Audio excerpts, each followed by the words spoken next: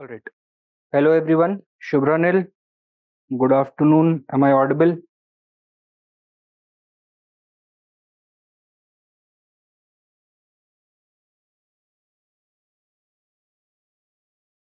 आवाज आ रही है ना?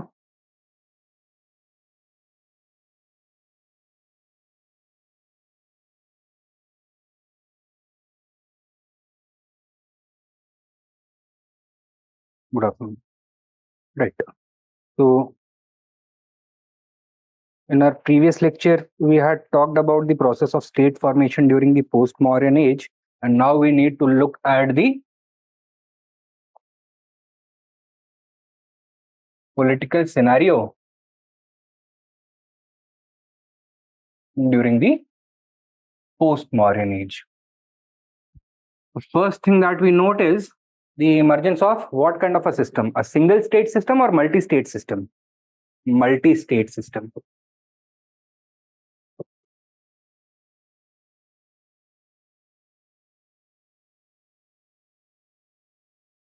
In the northwest, we had 4 different foreign ruling groups. In the region of Magadha, we had the Shungas, followed by the Kanvas. In the region of Orissa, we had the Chedi kingdom or Mahameghavahan kingdom. In central India and the Deccan,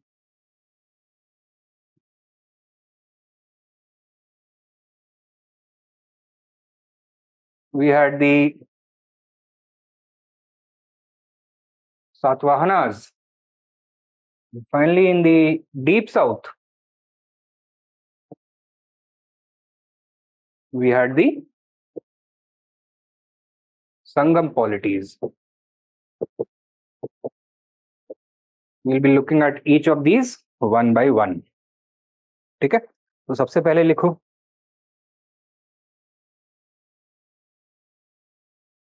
with the disintegration of the Mauryan Empire,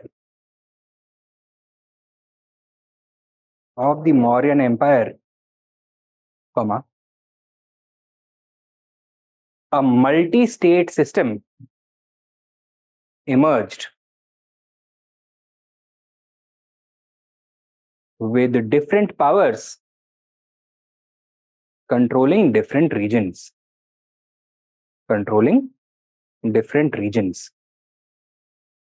With different powers controlling different regions. Right? और उसके आगे यही copy paste करना है. ठीक है? North west में foreign ruling groups, in Magadha the Shungas followed by the Kanvas, in Odisha the Chedi kingdom, in central India and the Deccan the Satavahan Empire, and in the deep south the Sangam polities. Okay. Now,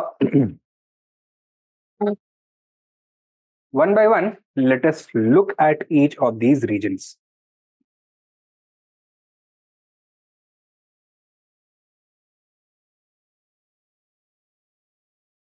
Northwestern India. 4 foreign ruling groups emerged. सबसे पहले the Indo-Greeks, followed by the Shakas or Scythians, followed by the Parthians or Pahalavas, and finally the Kushanas or the Yuchi tribe or Yuzi tribe. They are also known in history as the Great Yuzi. Okay? Now, why did this process take place? Why were these foreign lineages established in northwestern India? Firstly, because of the disintegration of the Mauryan Empire, the northwestern frontier of the empire became unstable, giving an opportunity for these powerful foreign ruling groups to pressurize and then push back the Mauryan forces, Mauryan influence. Further, developments further afield in the world were also having a direct impact on developments in India. And when we say developments in other parts of the world, over here we mean in China.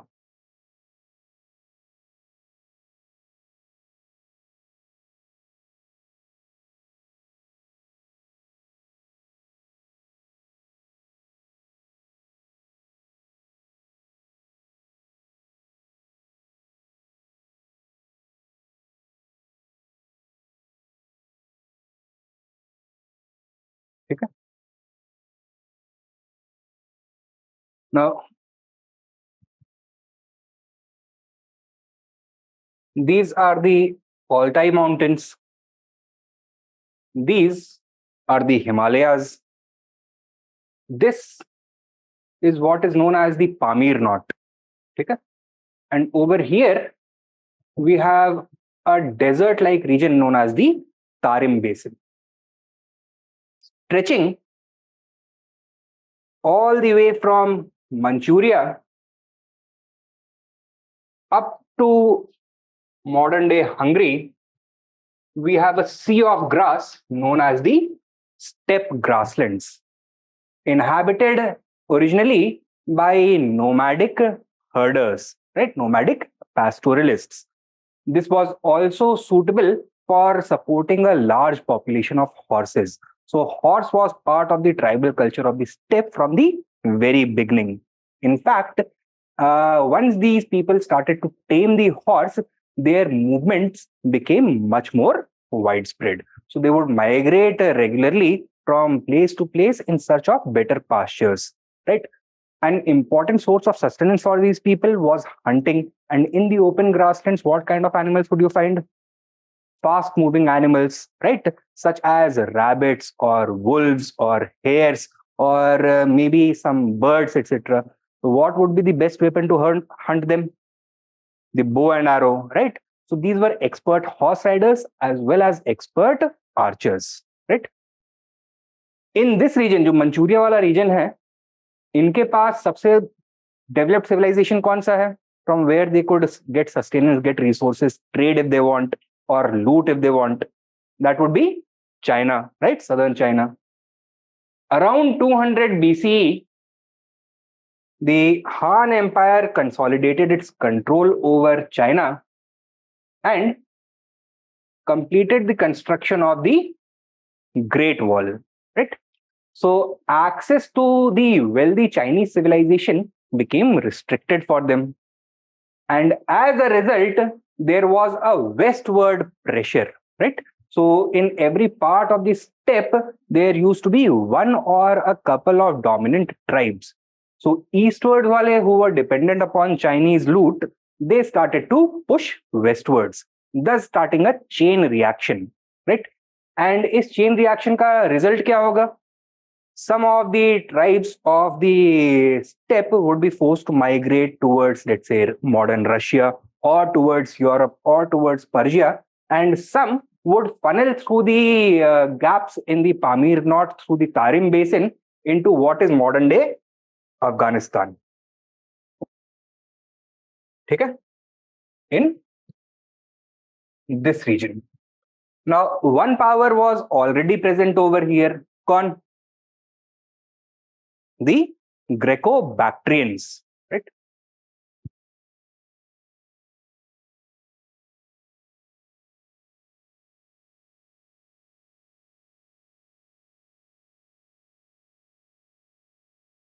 There was another large empire controlling huge parts of Central and Western Asia.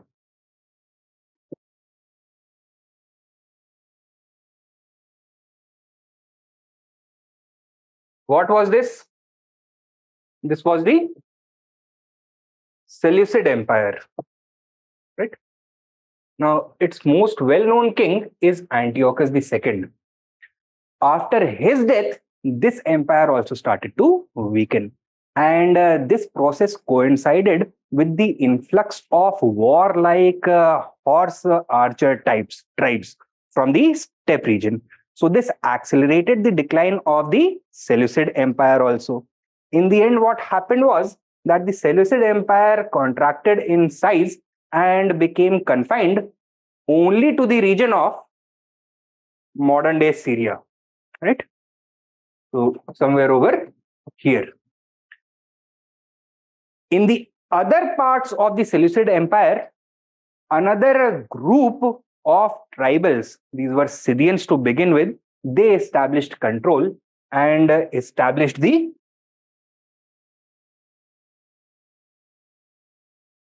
Parthian Empire. ठीक है? So Parthian Empire or Scythio-Parthian Empire over here. ठीक है? Sure. Now, who were the groups or which were the tribes that were migrating from the west towards the east? These included the Xiongnu, which was located in the easternmost region, the Wushu, also known as the Wusun, which was located further towards the west, then the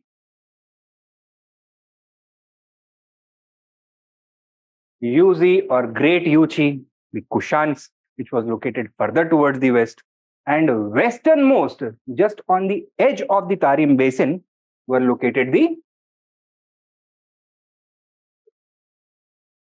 Scythians or Shakas, right? So the first to arrive in the Greco-Bactrian kingdom and start pressurizing them, the first to arrive in the Seleucid Empire and start pressurizing them would be the Scythians. Then would come the Yuji, okay? And that is why you get this order. सबसे पहले Indo-Greeks, फिर उसके बाद Scythians, फिर उसके बाद Parthians, फिर उसके बाद Kushans. So what would happen when the Greeks living in the region of Bactria are displaced by the Scythians? They are going to start searching for a new homeland, for new lands to conquer. And what is going to be the best place for them to go? The region of Punjab. So यहाँ वाले region में they are going to establish their control. Then the Indo-Greeks are going to come simultaneously under the pressure of both Scythians who have consolidated power in the region of Afghanistan, as well as the Parthians who have consolidated power in Persia, right? This is going to result in first the arrival of the Scythians and later the arrival of the Parthians in Western Punjab, right?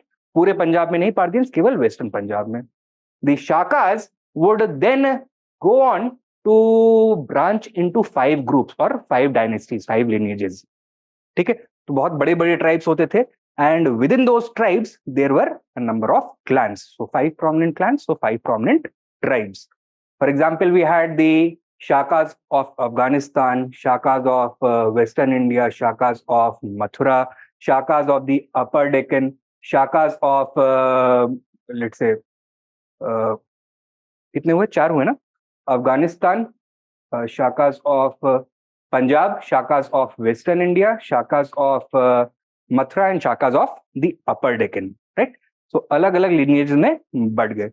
Then the next group would arrive. कौन? The Yuji. They would drive out the Shakas from Afghanistan. Further, they are going to conquer all the regions being controlled by the Shakas except for Western India later on. Okay?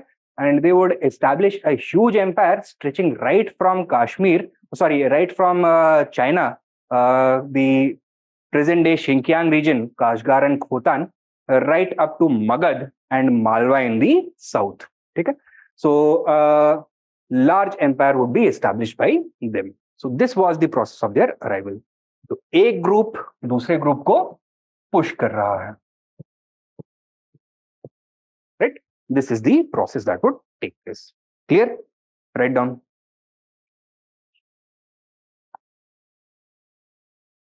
In the northwest, comma, a series of foreign invasions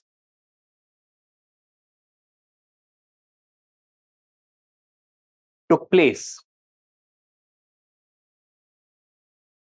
resulting in the establishment of 4 distinct foreign lineages.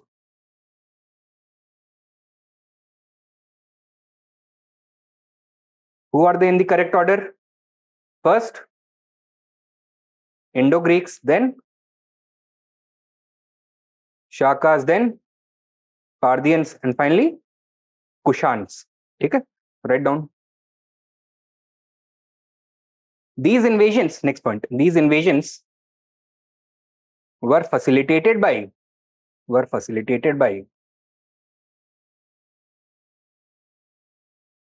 A and B. A, disintegration of polity in the northwest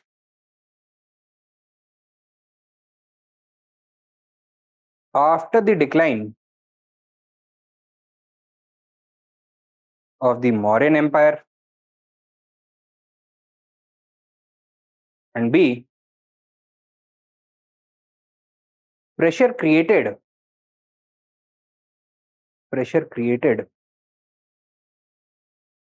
by the great tribal migrations into Afghanistan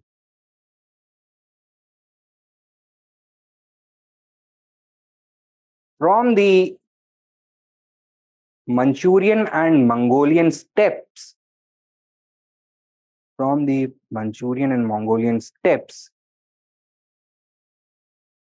the Tarim Basin.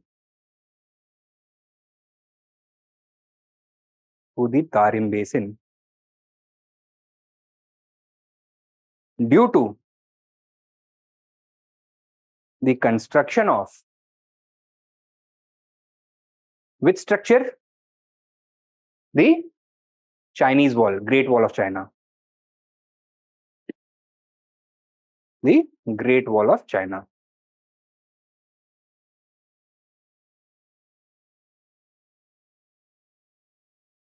Full stop. Next point. Next sub point लिख सकते हो. These migrating tribes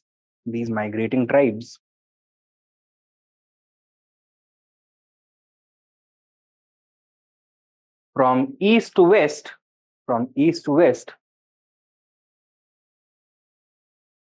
were the Xiongnu, Wushu, Yuezhi, and the Scythians.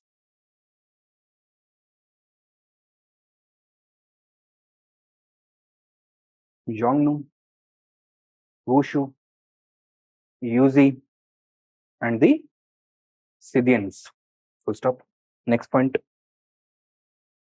The Scythians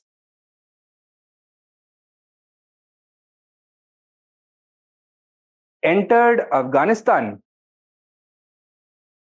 through the mountain passes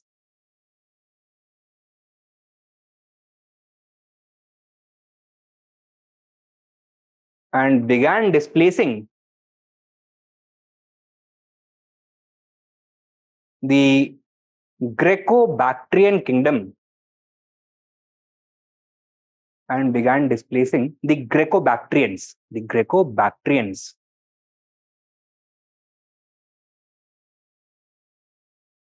Full stop. Next point.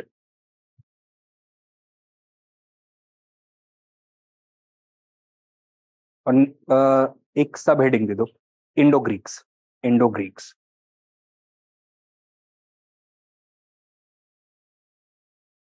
लिखो. The Greco-Bactrians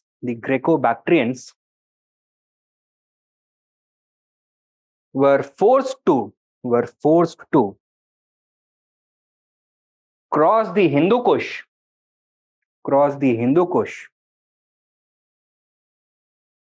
and invade which region? And invade the Punjab region.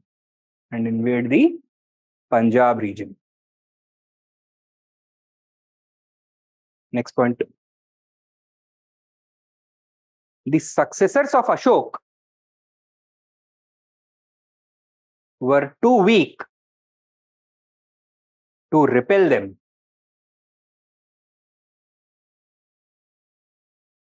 Allowing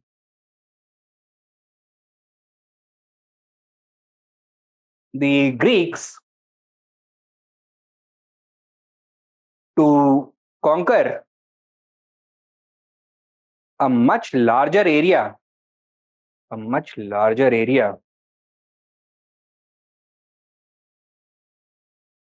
than Alexander.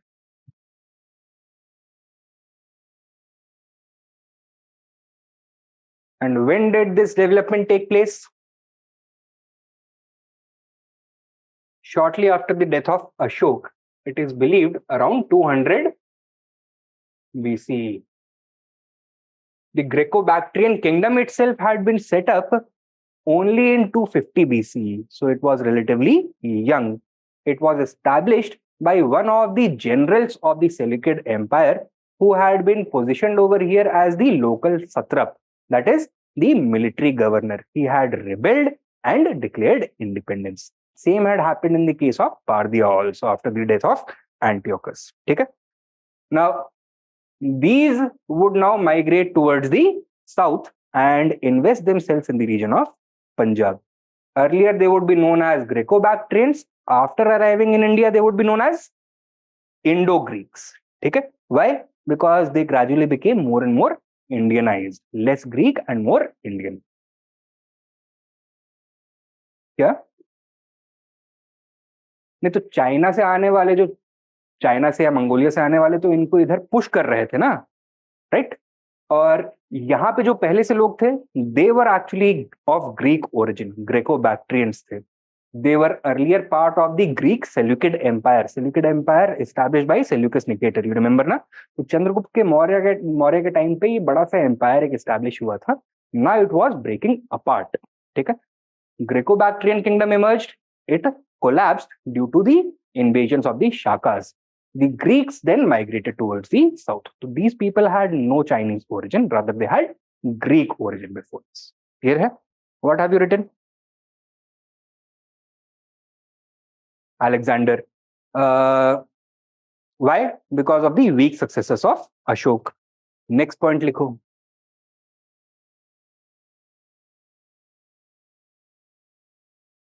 Literary works such as the Gargi Samhita, the Mahabhashya of Patanjali, and Strabo's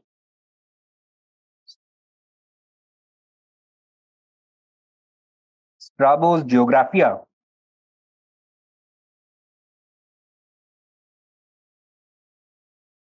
talk about the Greek invasion of Punjab. Full stop. Next point. Mauryans had become so weak that they were not able to even defend the more interior and core region of their empire. It is believed that the Greeks were able to invade as far east as Ayodhya and even reach the outskirts of Patliputra. Write down. Subpoint. The Greeks took advantage of Mauryan weakness and invaded as far east as Ayodhya and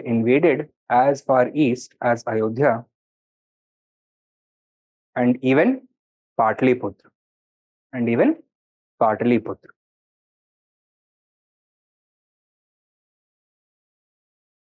Who is going to finally stop the advance of the Greeks? The Indian rulers, such as Pushyamitra Shunga. He defeated the Greeks, the Greek king Demetrius. Satavahanas also claimed that they defeated the Yavanas, right? That is the Greeks. So write down. Next main point likho. They were finally repelled. They were finally repelled by post-Mauryan Indian rulers such as Mauryan Indian rulers such as the Shungas and the Satavahanas.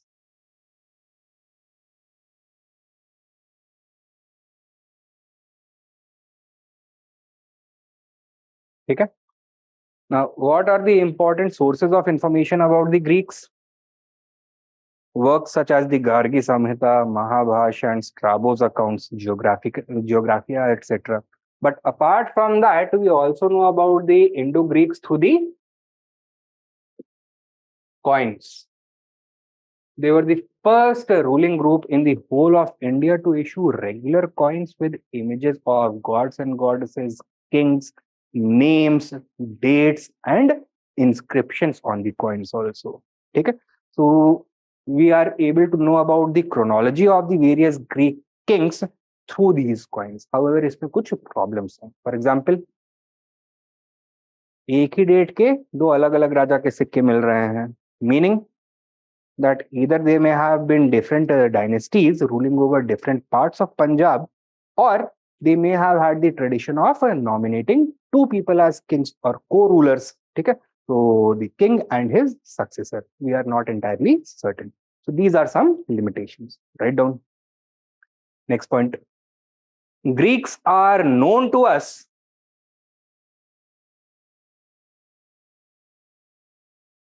through their coins. Through their coins.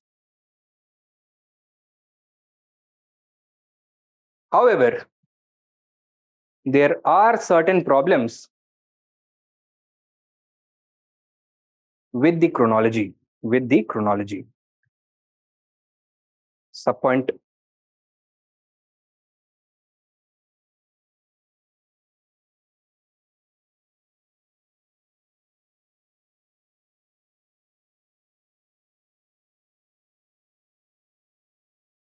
There are periods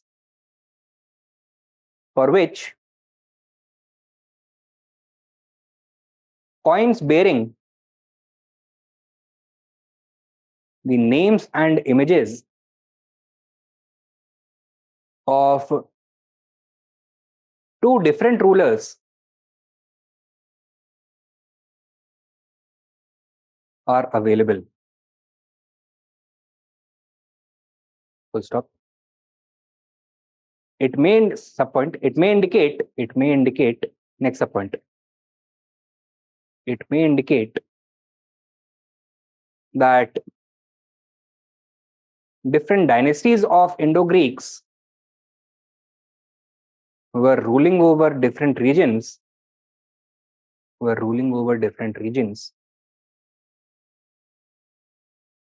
Or that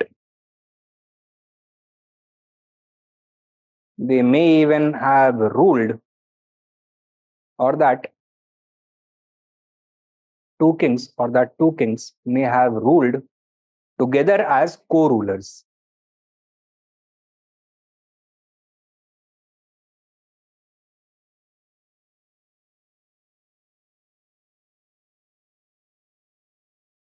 Okay? Who are the famous Greek kings? Write down. Indo-Greek kings. Next main point likho. The earliest known Indo-Greek ruler was Demetrius.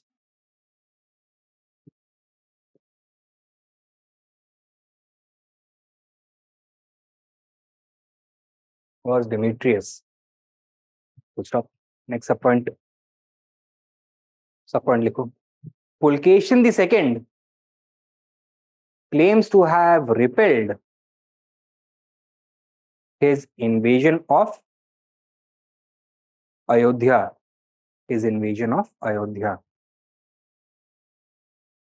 Full stop. Next. Main point लिखो. The most famous Indo-Greek ruler was Menander. What was he called in India?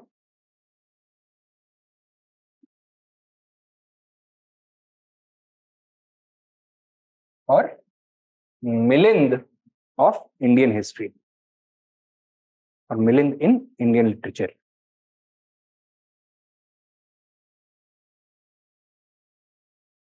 ठीक है. Which famous book has him as a main subject? A dialectical work by Nagasen, known as the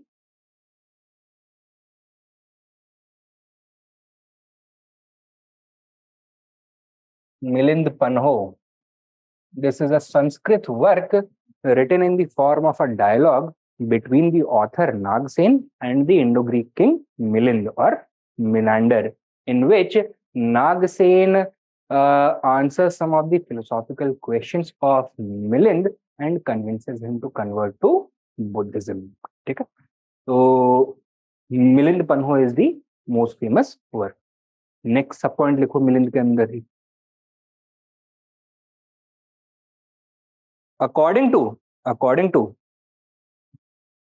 the Periplus of the Erythraean Sea, according to the Periplus of the Erythraean Sea, comma,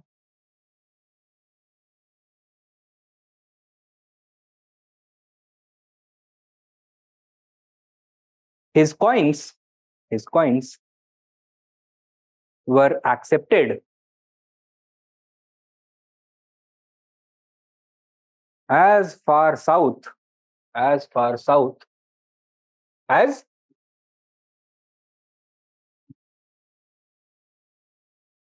Barygazza, Barygaza. Barygaza is known in Indian literature by the term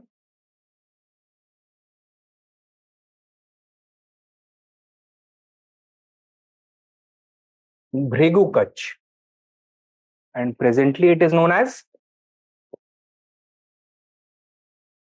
Bharuch. Where? Bharuch कहाँ है? Gujarat. ठीक है. What does it mean that his coins were accepted as far south as Bharuch? Means it must have been under his control only, indicating उसी में लिखो, continue, indicating that his rule extended up to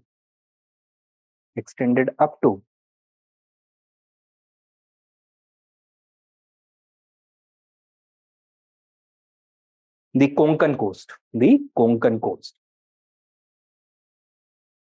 Full stop.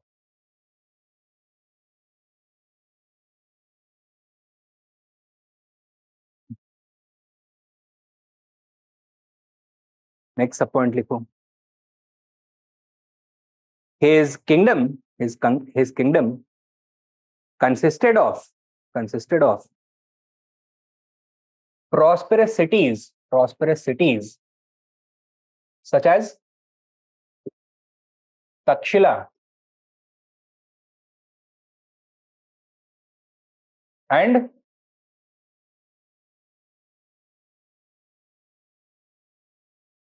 Purushpur, but his capital was Sagal, that is modern day Sialkot, present day Pakistan. ठीक है. But his capital was Sialkot or Sagal. ठीक है.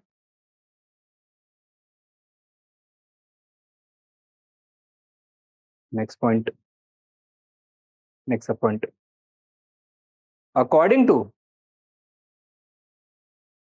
Greek literature, he was a great conqueror and also invaded the Ganga Yamuna Doab region. the Ganga Yamuna Doab region.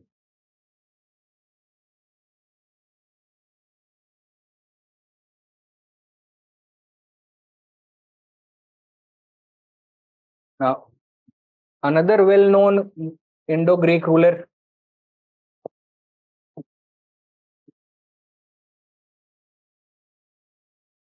Antilochidas or Antilochidas. Okay? He was a contemporary of the 5th Shunga king, whose name was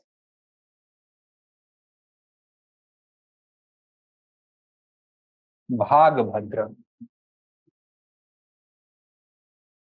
His relations with the Shungas were friendly, and he sent an ambassador to the Shunga court named Heliodorus. Heliodorus's name is generally remembered along with the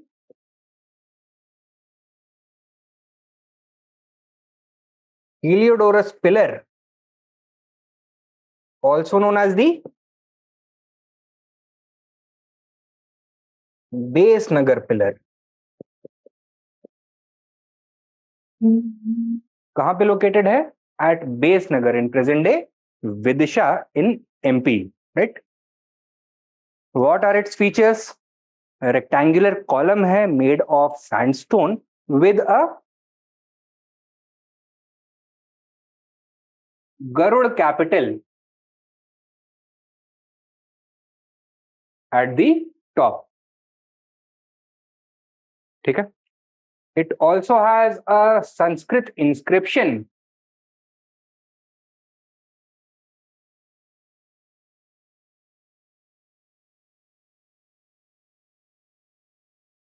dedicated to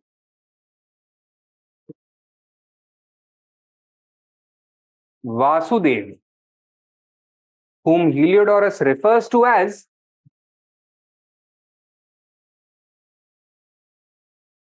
Devadev. ठीक है? That is the god of gods. Vasudev is actually an incarnation of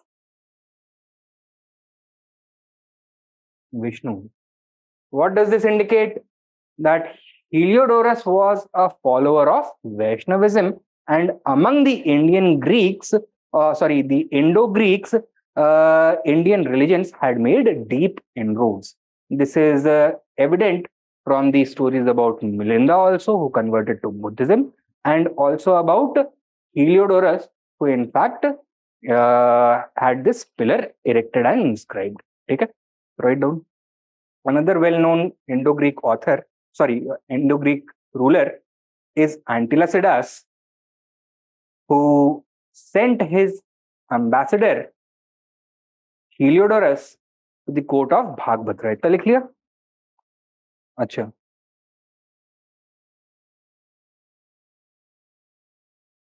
हाँ, तो अगला main point लिखो. Another well-known Indo-Greek ruler was Antilochidas,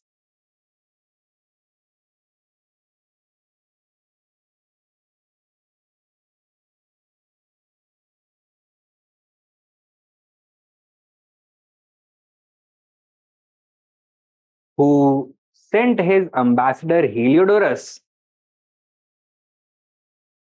to the court of the 5th Shunga ruler Bhagbhadra.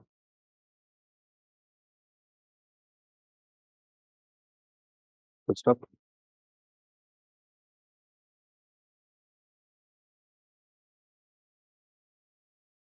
Subpoint. Heliodorus installed the famous Base Nagar pillar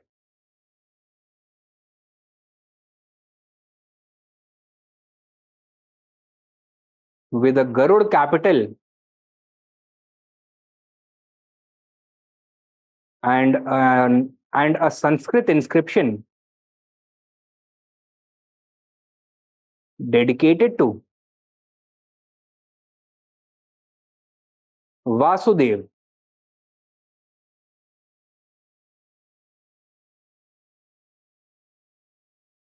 comma, an incarnation of Vishnu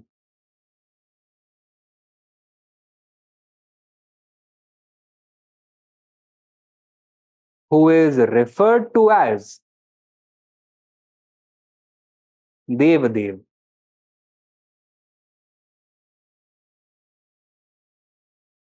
Full stop. Next point, main point. This, along with Menander's conversion to Buddhism, indicates that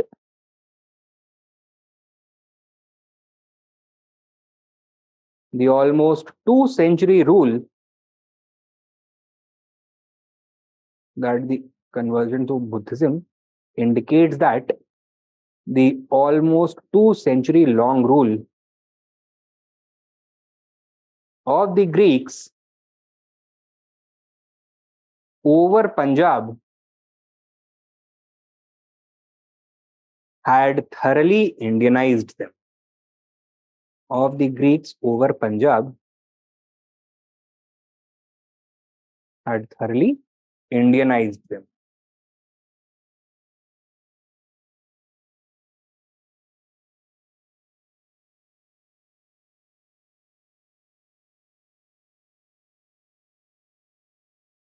ठीक है? So these were the Indo-Greeks. Next subheading though, the Shakas or Scythians. Shakas or Scythians.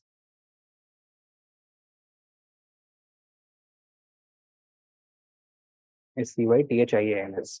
ठीक है? लिखो. By the 1st century BCE,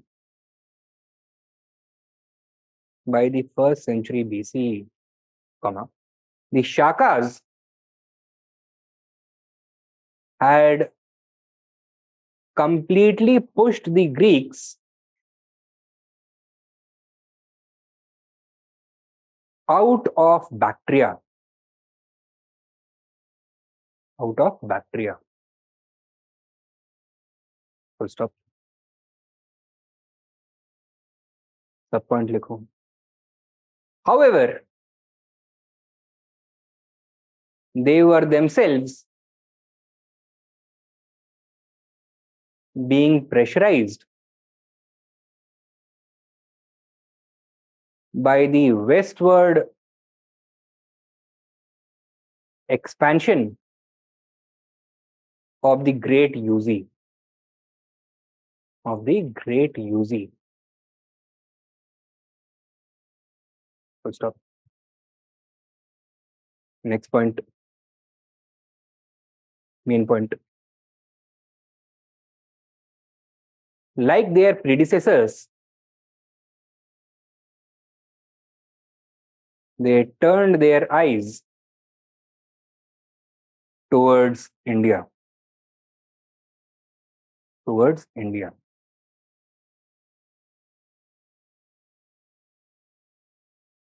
Full stop. Next subpoint. Subpoint लिखो. In a series of conflicts,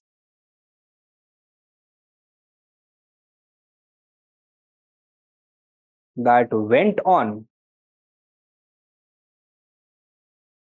for more than 2 centuries, for more than 2 centuries, comma, they established control over the whole of Punjab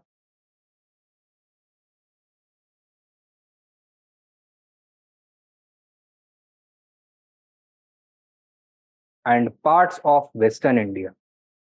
And parts of Western India. Full stop. Next point. Next main point. Different lineages of the Shakas established independent kingdoms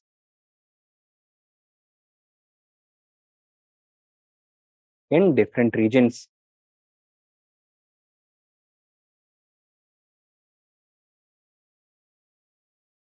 So stop. These include 1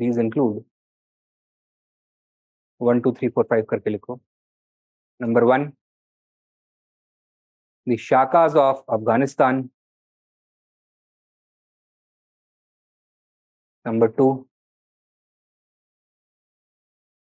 the Shakas of Punjab. Number 3, the Shakas of Mathura.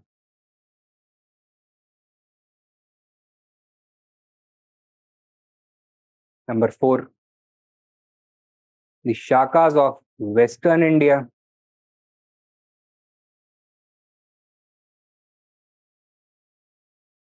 And number 5, the Shakas of the Upper Deccan.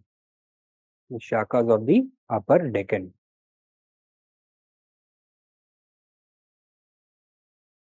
Full stop. Next point, main point. Famous Shaka rulers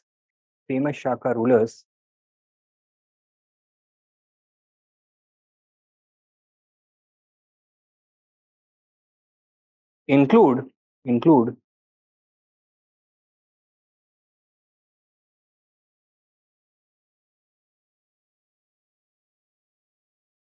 Moga, also known as Maues. His inscriptions have been found from Takshila, indicating that the region of Western Punjab was taken by him from the Indo-Greeks. Another prominent ruler was Aziz.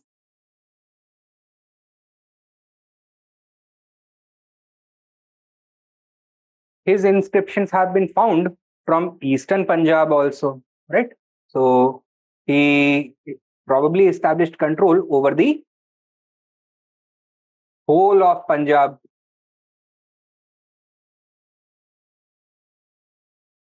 By defeating the Indo-Greeks. Another prominent ruler, Rajuvula. In his earlier inscriptions, he refers to himself as Kshatrapa, which means a military general. But later, he uses the title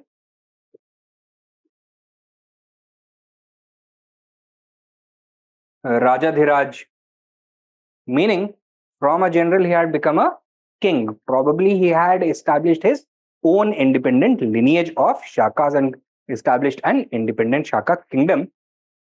He was responsible for the conquest of Mathura. Another prominent ruler,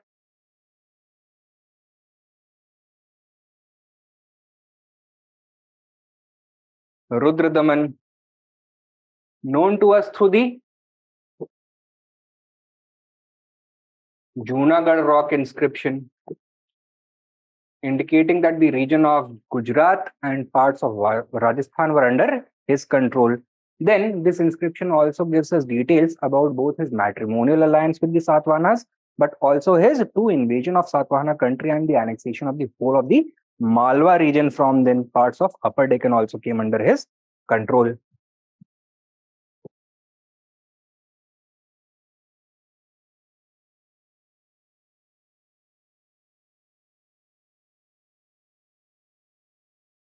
Okay? So these are the famous rulers. Write down. Moga or Maues, famous rulers of the Shakas include, number 1, Moga or Maues, whose inscriptions ये लिख लिया, have been found from Takshila, indicating that he took Western Punjab from the Indo-Greeks. Next point. Next ruler. Aziz probably conquered the whole of Punjab. Number 3. Rajavula.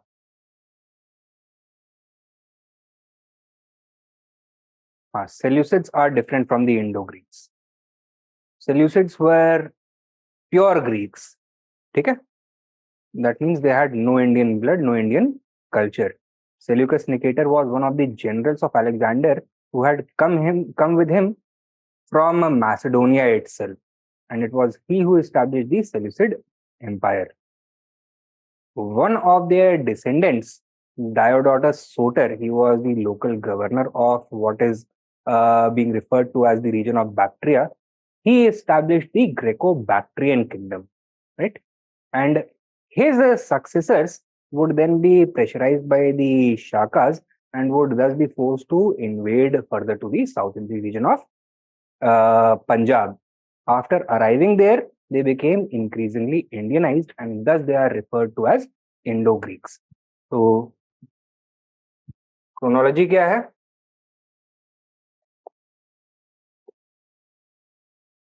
Alexander's empire, followed by the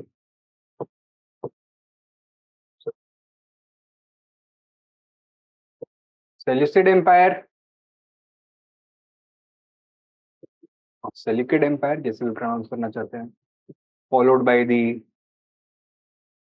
Greco-Bactrian kingdom, and finally the Indo-Greeks. Clear है इतना?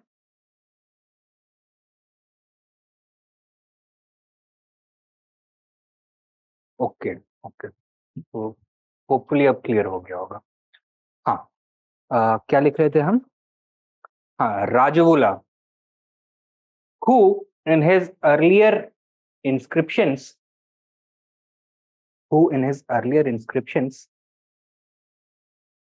called himself a Kshatrapa,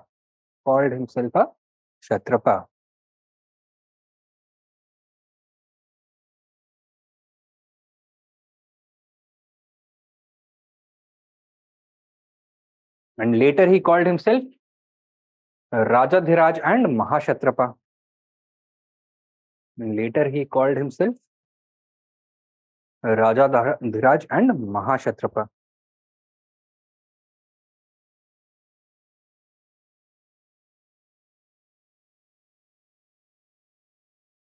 Indicating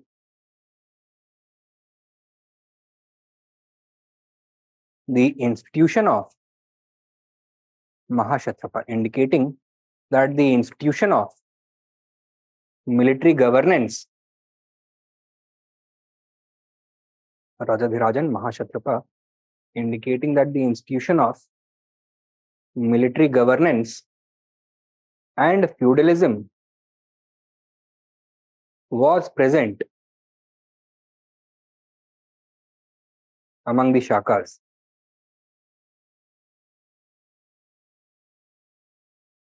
Full stop. सब point लिखो. He also undertook political expansion.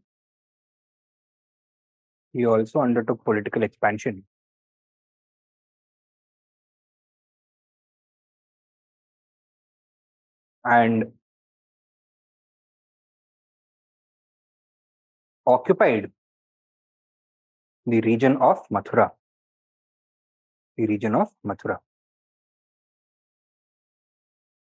Next main point. The most well-known Shaka ruler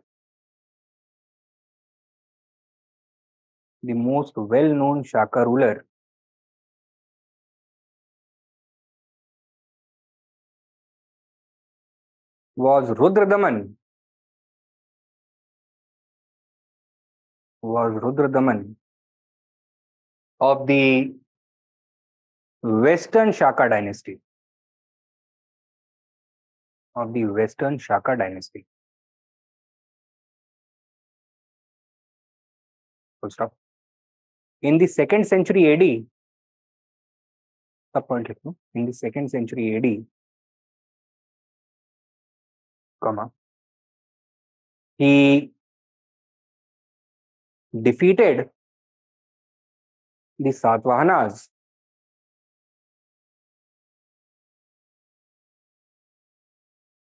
and annexed the whole of Malwa and the upper Deccan.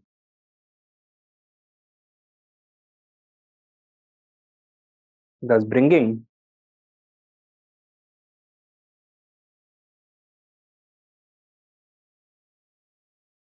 Gujarat, Rajasthan,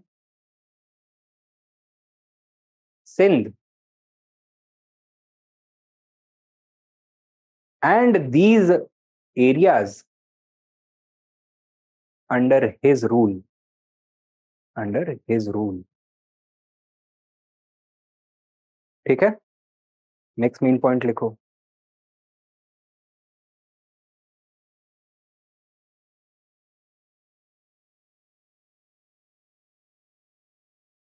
Military governorship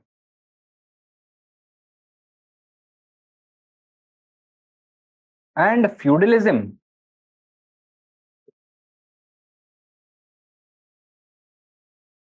in Shaka administration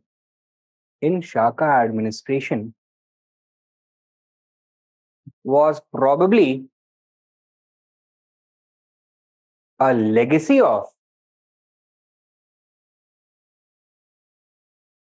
क्यों रहा होगा इनके administration में ऐसा institution, military governorship and feudalism? They were tribals, was probably a legacy of their tribal origin.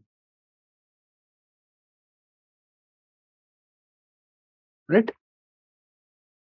Now in a tribal polity, the tribe is headed by a single chief, but is divided into several clans.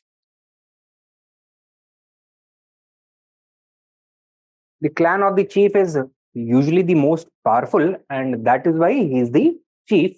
But each clan also has their own chief, right?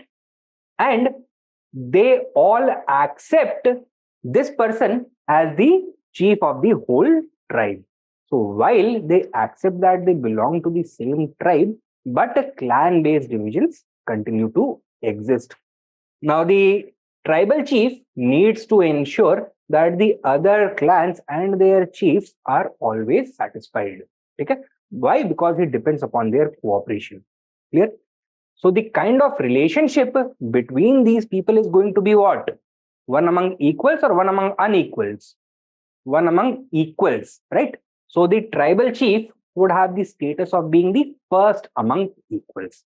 All are equals, उसमें से सबसे पहला ये tribal chief होगा, ठीक है? These other clan chiefs and their underlings are going to enjoy special privileges also. For example, they would enjoy autonomy, they would have the power to maintain their own army. From their regions, they would have the power to collect their own taxes. They would have the power to use their army in order to defend their territory against other tribes or other clans, and also to expand into the territory of the enemy. Further, they would be not highly answerable or responsible to the king. They could not be appointed or removed by the king. Rather, the institution of clan chief would also have been hereditary in nature. For example, from the case of Rajuvula, we also get to see that after him, who became the next Mahashatrapa? His son. Okay? So he established a completely independent lineage in the region of Mathura, Shaka lineage in Mathura. Okay? तो क्या है?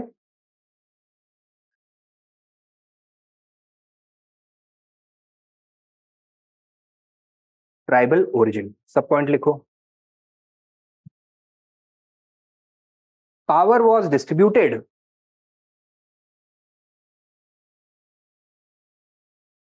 between the tribal chief and the clan heads who enjoyed various privileges. Full stop. Next point. As the Shaka polity transformed into a monarchical one,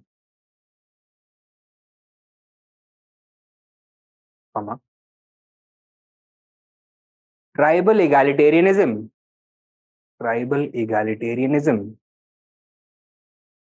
resulted in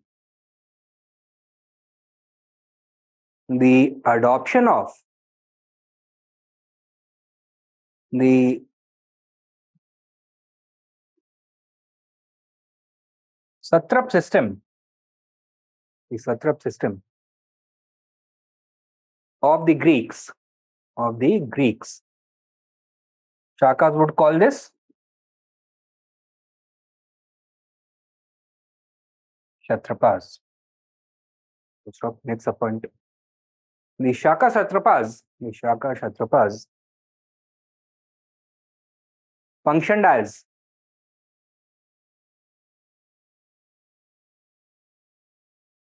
autonomous leaders with independent resources,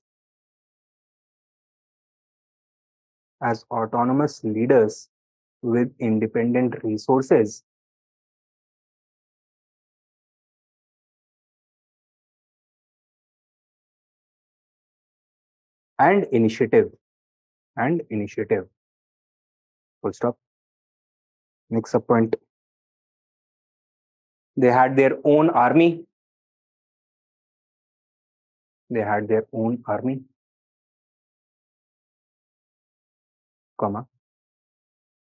Tax system, and enjoyed the right to undertake territorial expansion on their own.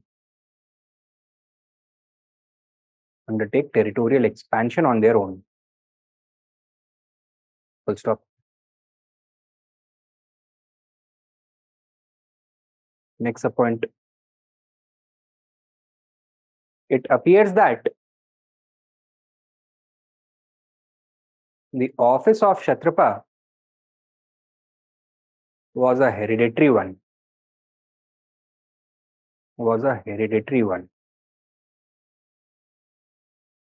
And powerful Kshatrapas could even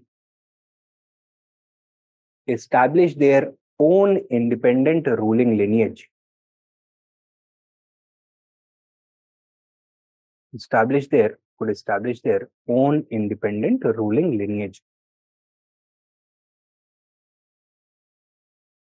Example, Rajavula,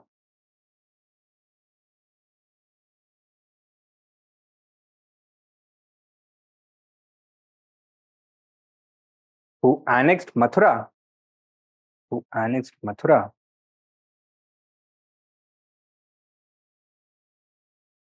and became an autonomous ruler.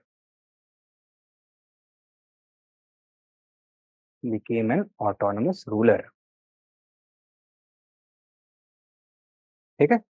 So this institution of Kshatrapa was possibly responsible for the emergence of 5 different ruling lineages of the Shakas. Clear? Now, next ruling group कौन है? The Parthians or Pahalavas.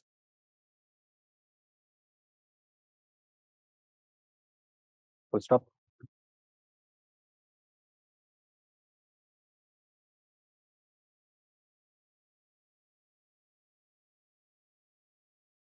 What are their origins?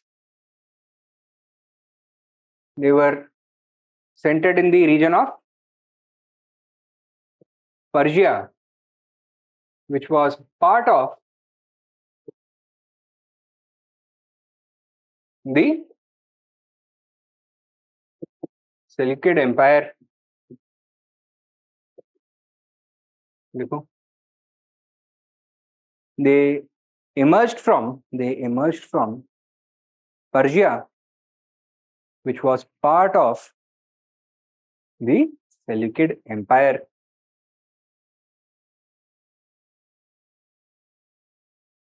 Which was a part of the Seleucid Empire. Full stop.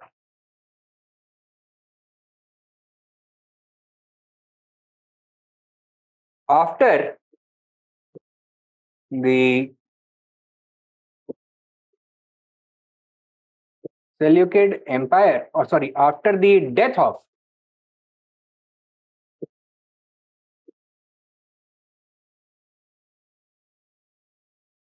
Antiochus II, he died around 250 BCE. Okay? The satrap of Persia,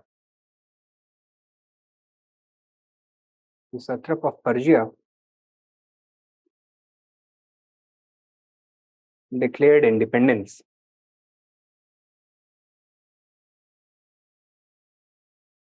Satrap of Persia declared independence and established the kingdom of Parthia. The kingdom of Parthia.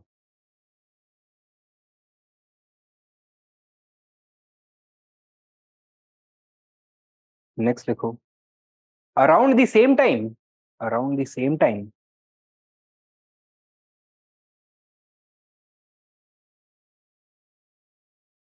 Scythians began settling or began arriving in Persia to Central Asia.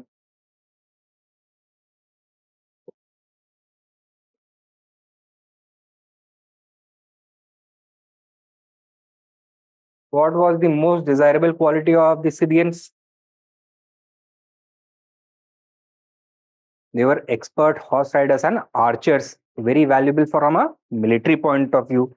So many of them entered service as mercenaries or soldiers for the newly established Parthian kingdom.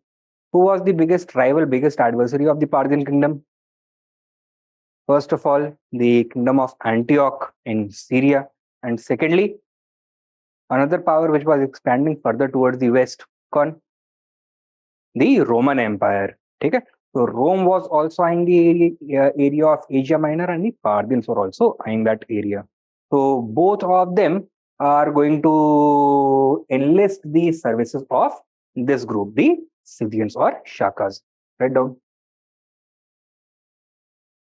The Shakas, sub point लिख लो. The Shakas joined the Parthian military in large numbers.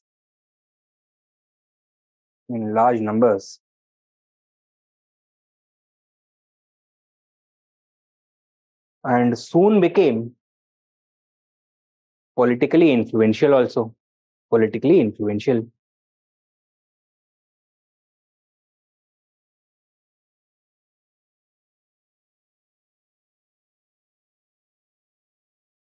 became politically influential. इससे होगा क्या? A new identity is going to emerge known as the Scythio-Parthians.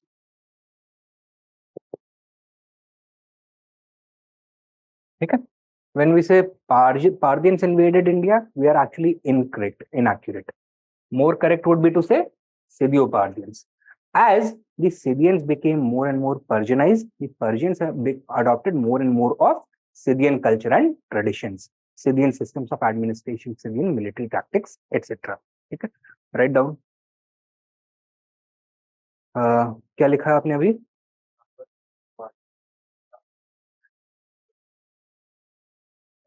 Soon became politically influential. Next up point. Cultural transmission or cultural exchange also resulted in the emergence of a distinct Scythio-Parthian identity. A distinct Scythio-Parthian identity.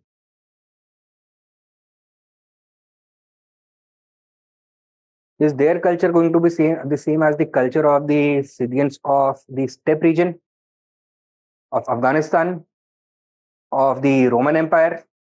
नहीं होगा, अलग होगा, तो distinct है. ठीक है, next point लिखो. Next सब point. By the 1st century BC,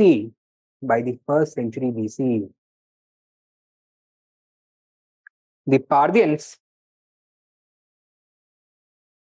stabilized the western frontier.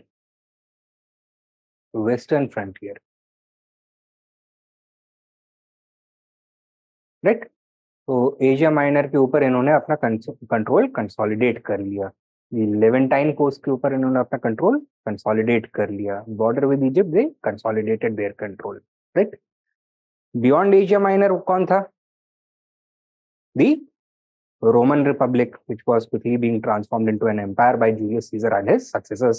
Right now, वहां पे conquest further possible नहीं था. Neither was it possible in the region of Egypt, which was still quite powerful. ठीक है. So only area of territorial expansion that was available for them या तो central Asia में या फिर इंडिया में. राइट. सो अफगानिस्तान वाला रीजन, सेंट्रल एशिया वाला रीजन इनके लिए इतना अट्रैक्टिव क्यों नहीं था? First of all, it was economically not very valuable, and secondly, it was defended by strong powers. Scythians were invested over there, right? So वहां पे पंगा लेना लाजमी नहीं था. So what would happen? They would try to expand towards the east, towards India. Write down. Next point. क्या लिखा है आपने? Stabilized the western frontier and began expanding eastwards towards India. Full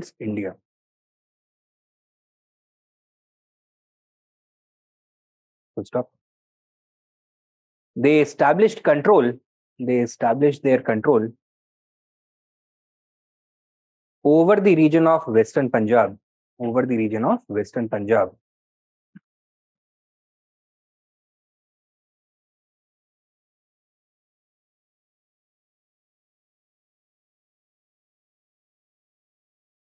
By displacing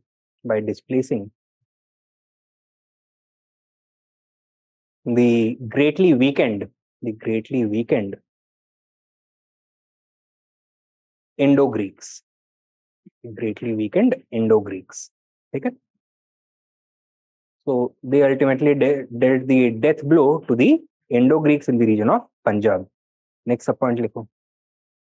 However, they were unable to expand further. Why? Because other areas में एक दूसरा tribal lineage already अपने आप को इन्वेस्ट कर चुका था. कौन? दी Shakas. because of Shaka presence or strong Shaka presence.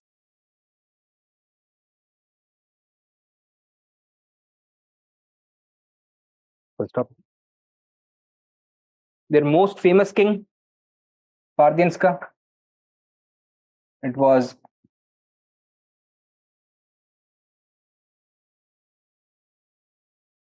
Gondophares, referred to in Indian literature as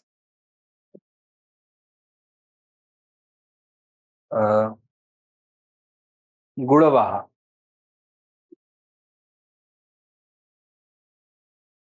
Right? Their most famous king, next main point likho, their most famous king was Gondophares or Gudavaha.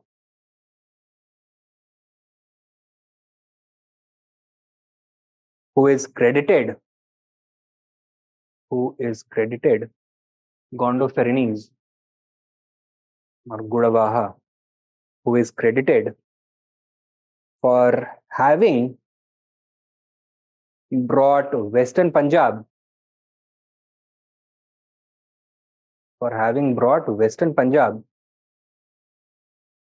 under Parthian control. Full stop.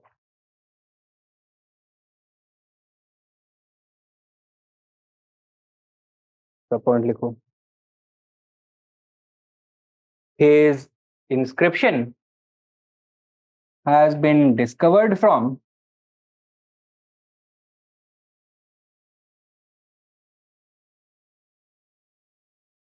the Takhte-Bahi Buddhist complex, is known as the Takhte-Bahi inscription. ठीक है? The Takhte-Bahi Buddhist complex near Peshawar.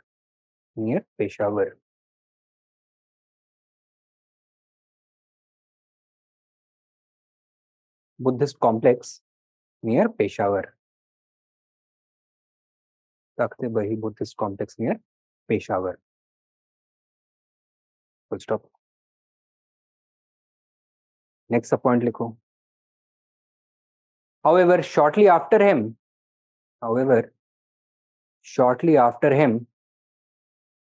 comma, Parthian rule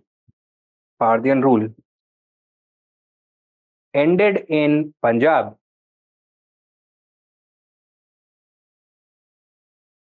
as a result of the aggression of which group? As a result of Shaka aggression.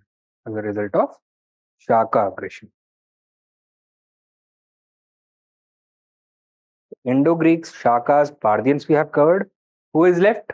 The Kushanas.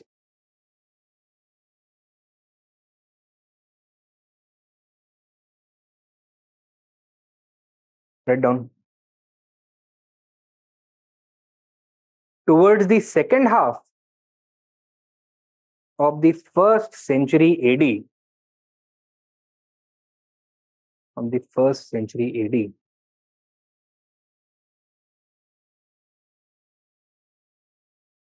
comma, the great Yuji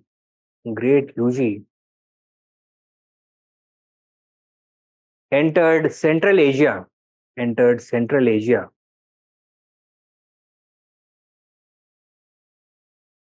and began displacing the Scythians from Afghanistan. Full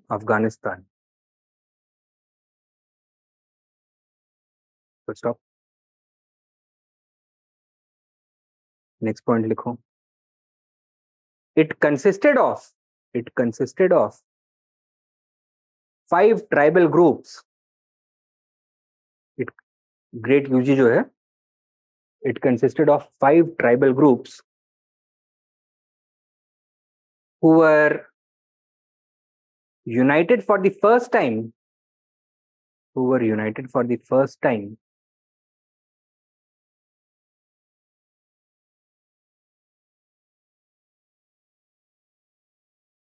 by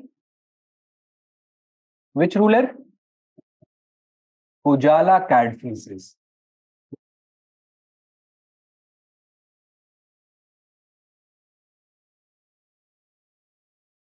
By Kujala Cadphises.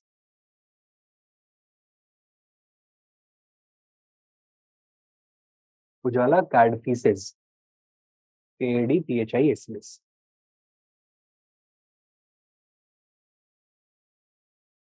क्या लिखा है? They were united for the first time by the ruler, by Kujala Cadphises, who assumed the title Shahun Shaho.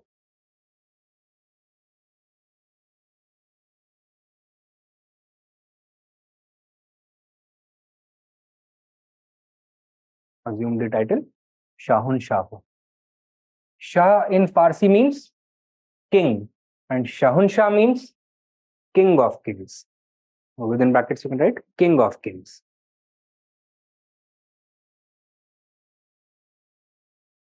Right?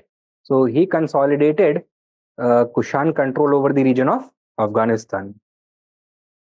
Next point लिखो और sub point लिखो. He also began expanding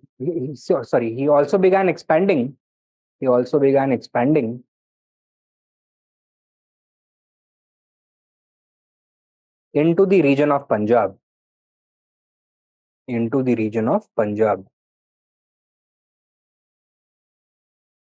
Next main point लिखो. He was followed by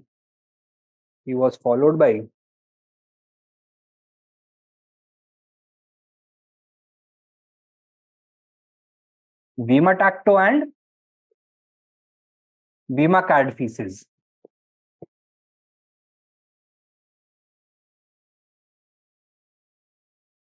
Bhima Tacto and Bhima Cadpieces, who extended Kushan rule over the whole of Punjab and Sindh.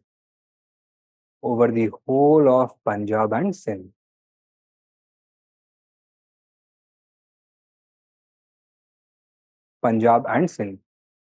Next point. However, the greatest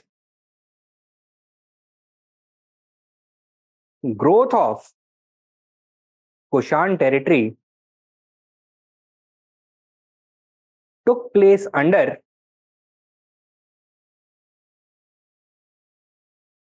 their greatest ruler. कौन?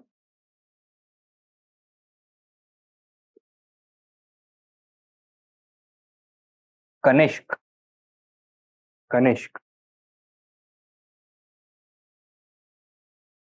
who established a huge empire stretching from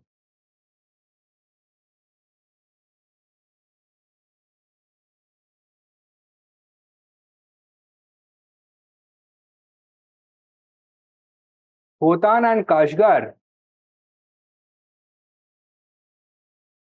कहाँ पे है ये? These are in the Xinjiang province.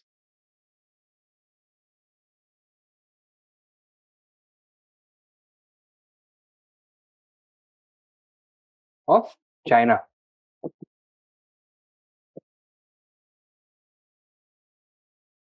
ठीक है, तो आप लोग ने वीगुर सुना होगा ना, तो वो वेस्टर्न चाइना में यही वाला रीजन है, सेंट्रल एशिया से लगा हुआ. Over here, people of Turkic origin or Turkic ethnicity reside. बाकी चाइना में हान चाइनीज ज्यादा है. ठीक है, तो Khotan and Kashgar in western China to Bihar in eastern India, and from Kashmir in the north to Malwa in the south.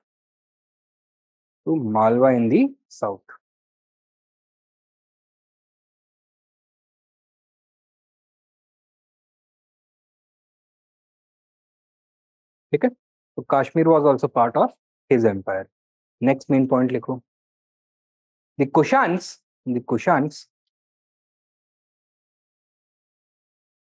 also made great cultural contributions.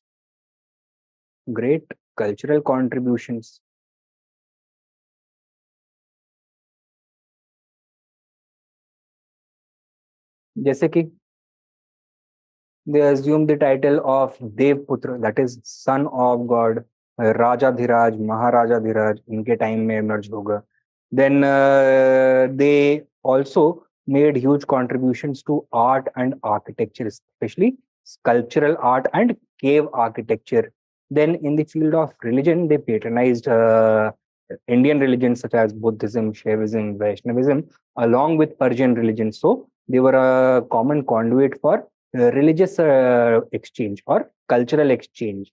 Then they played a very important role in exporting Buddhism out of India. They established Buddhist monasteries as far north as Kashgar and Khotan, as far west as parts of Persia also. Then they introduced certain new traditions in India. For example, Mahayana Buddhism emerged under them. Idol worship started for the first time under them. Then they were also responsible for introducing the Devkul tradition. That is, uh, uh, different families of gods existing. They were the ones who introduced the concept of Isht Devta also, that each village or each region or each family would have its own primary deities. While they would not disregard the other deities, they would not reject their existence. One deity would be considered supreme for each group. Okay? They were the ones who did all these things. They introduced a number of new items of clothing into India, such as the hat, the overcoat, trousers, leather boots, etc. ये सब ये लेकर के आए थे. Jacket, ये सब लेकर के आए. They introduced new kinds of weapons, for example, the long sword, the double-edged sword, and the broad sword. उसके पहले इंडिया में single-edged curved swords use होते थे. They also introduced new kinds of bow, compound bow इन्होंने introduce किया, which was much lighter and could fire much longer. So it was very useful from the point of horseback archery. Then they also introduced the saddle and the stirrup. So cavalry में कई सारे improvements हुए, right? So these were the changes that they induced. So उसको अभी नहीं discuss करेंगे. We are going to discuss them later on. अभी केवल political scenario देख रहे हैं, ठीक है? But यहाँ पे हमने mention कर दिया है. They also made huge cultural contributions as well. Next, तो ये हो गए 4 foreign ruling groups. Now let us come to the region of Magadha.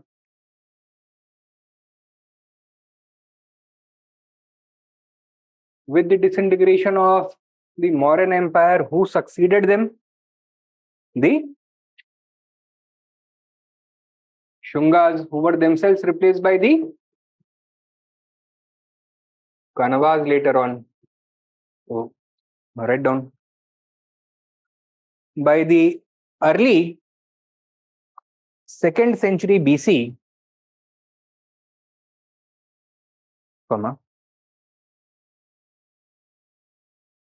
the Mauryan Empire was on the verge of collapse.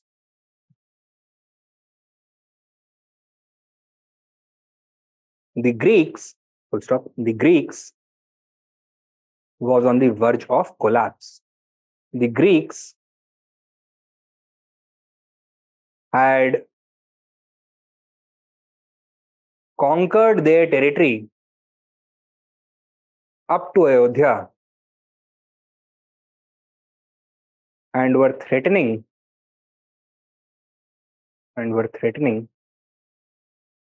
Pataliputra itself.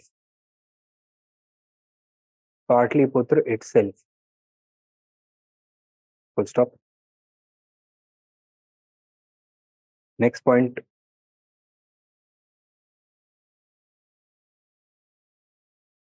Main point. In this atmosphere of uncertainty,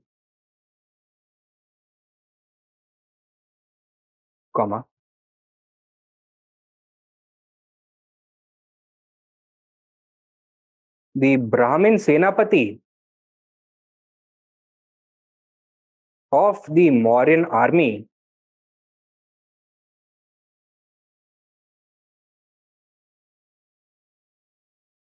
publicly assassinated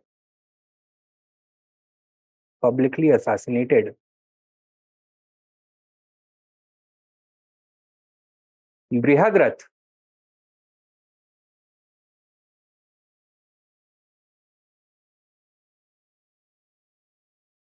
the last Mauryan ruler.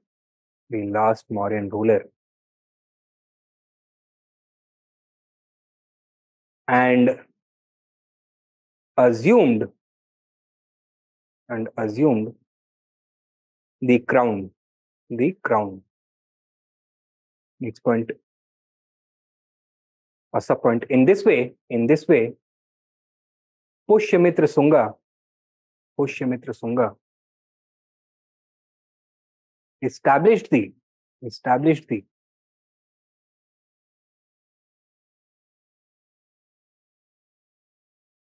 Shunga Empire.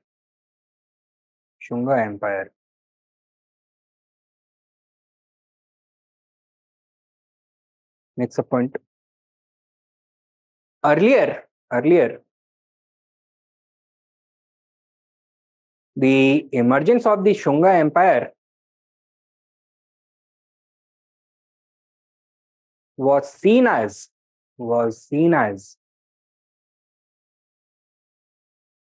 a Brahmanical reaction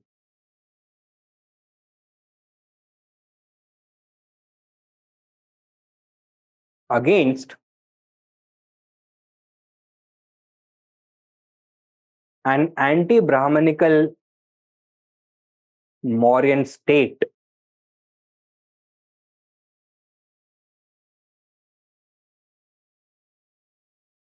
ये हम देख चुके हैं already, right?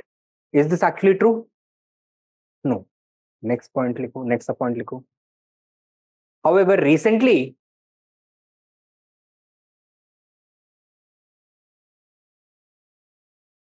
this idea has been discarded and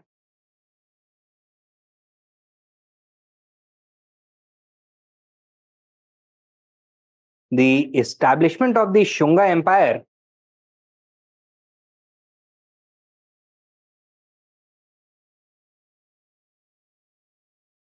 is being interpreted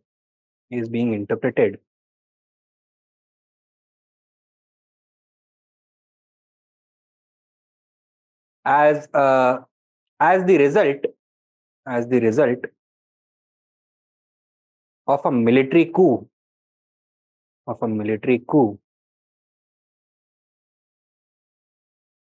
instigated by dissatisfaction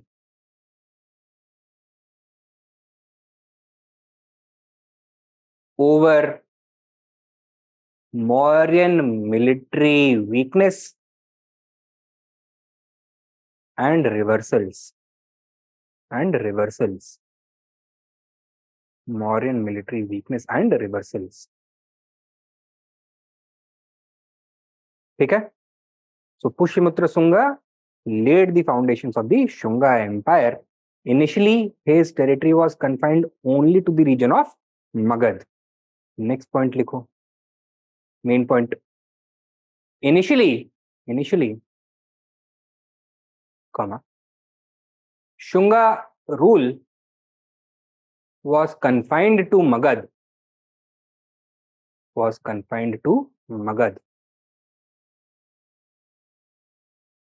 Full stop. However, Pushyamitra Sunga undertook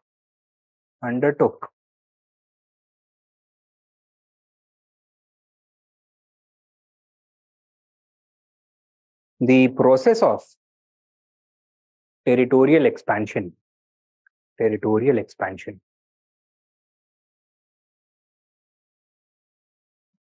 Full stop. Sub point लिखो. In the first stage,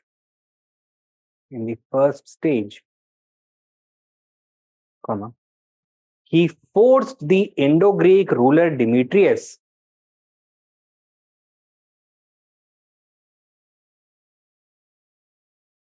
to retreat from Ayodhya.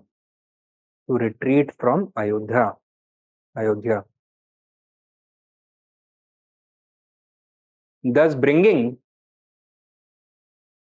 the entire Doab under his control. under his control. Full stop.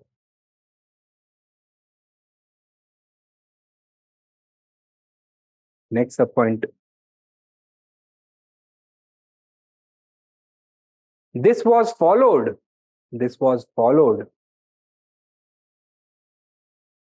by the Shunga conquest of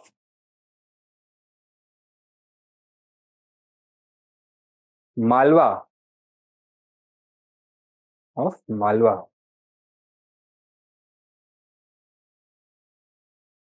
How do we know that Malwa was under Shunga control?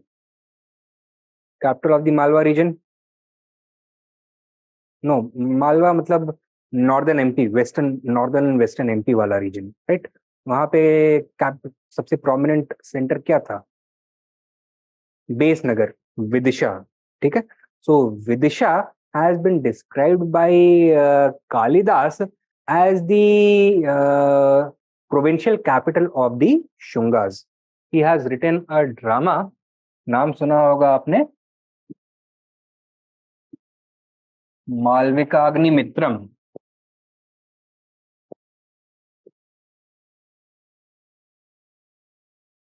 ठीक है?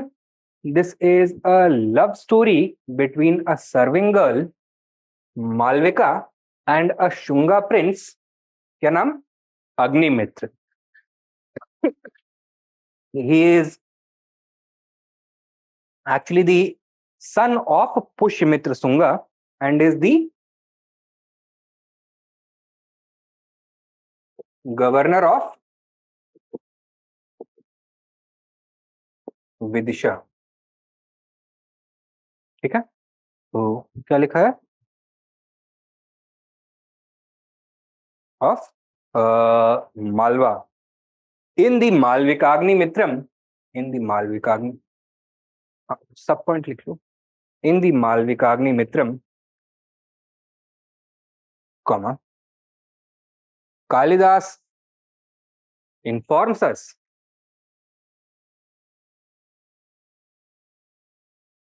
that the Shungas, sorry, that Agnimitra informs us that Agnimitra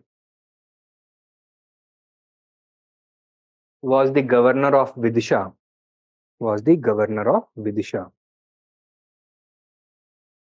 Full stop.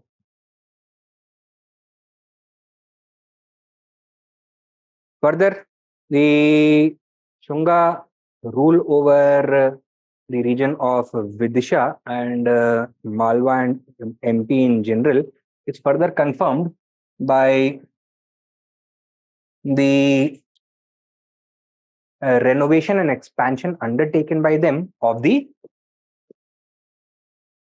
Sachi Stupa.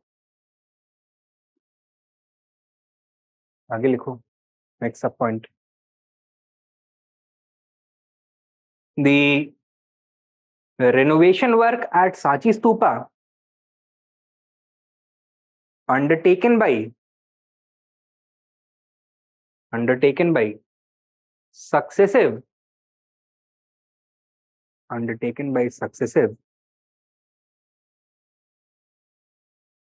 Shunga rulers indicates that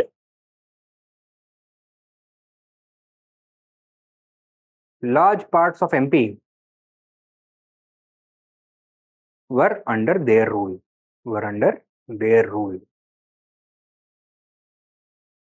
Full stop. Next point. Some sources even claim that Pushyamitra Shunga was the master of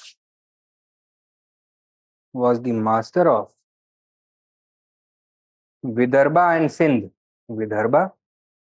Sindh. However, archaeological sources do not support this.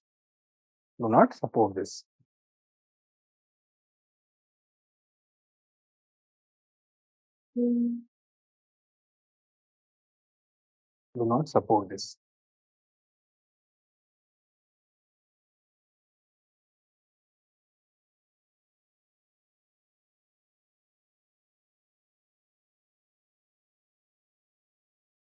ठीक है, next main point लिखो.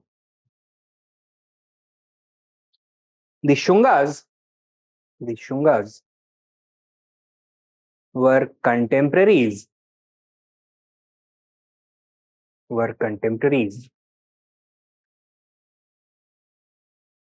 of the Indo-Greeks,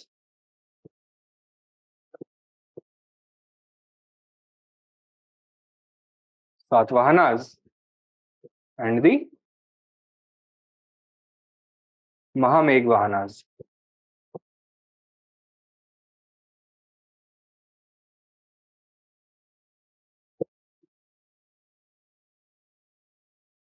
Full stop. Conflict for territorial control between them or among them was common.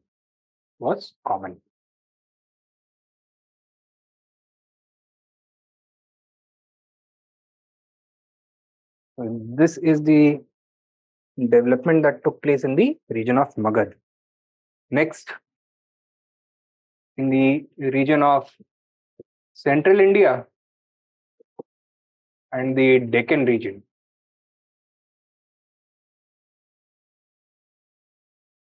लिखो.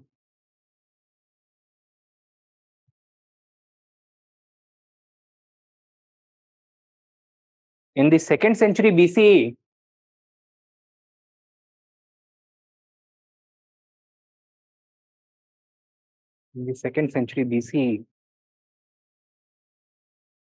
with the disintegration of the Mauryan Empire,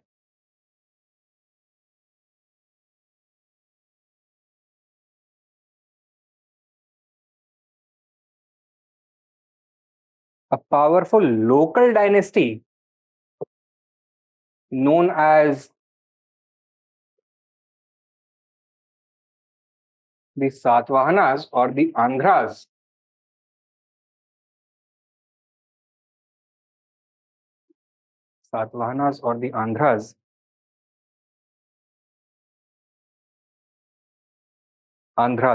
established control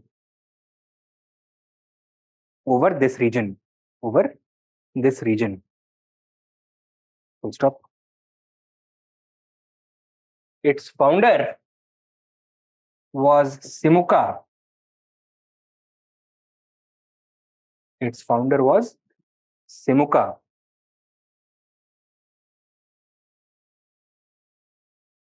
But its most well-known ruler was कौन?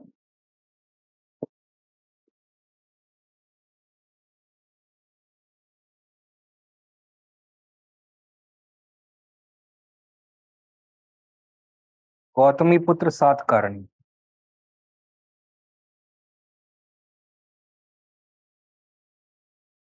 Who is known to us through the famous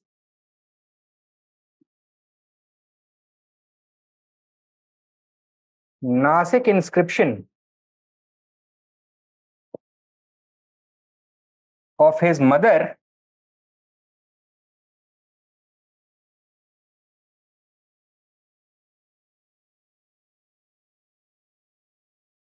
Gautami Balasri.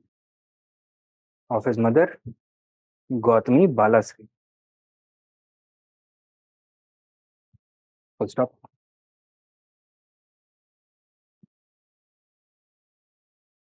The point लिखो. In this inscription, he is referred to as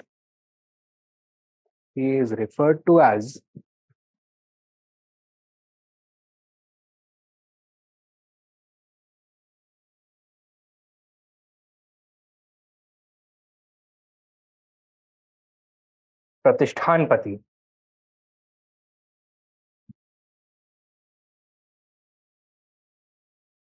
What does this tell us? Pratishthan was probably the capital of the Satavahanas, indicating that the Satavahan capital was at Pratishthan. Was at Pratishthan. The Satavahan capital was at Pratishthan. कहाँ है? महाराष्ट्र में. ठीक है. Next point. It also claims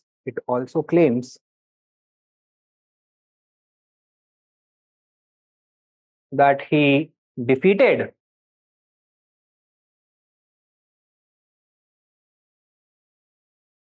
the Yavanas and Shakas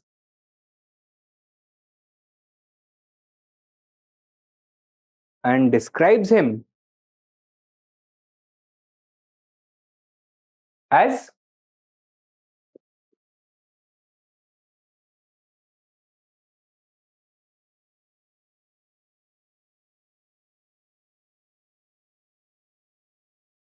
Paschima Pathnath, meaning Lord of the West, indicating that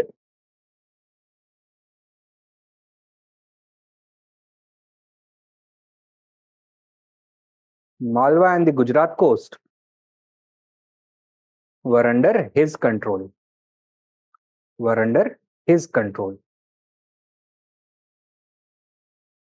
Full stop. Next point. According to his mother, he also defied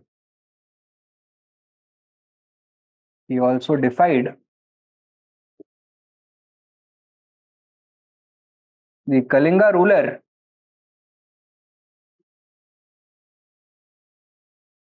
Kharvel, meaning that during his rule as king, Kharvel tried to expand towards the west at the cost of the Satavahanas, but was repelled. Hathi Gumfa inscription of Kharvel claims that he, without worrying about the wrath of the Lord of the Satavahanas, sent his soldiers across his territory to defend the Kshatriya rulers against Yavanas in Malwa and Gujarat. ठीक है. So दोनों में contrasting information हमको मिलता है, conflicting information. We do not know who is speaking the truth over here. ठीक. Next sub point लिखो. Next main point लिखो. The Nashik inscription describes him as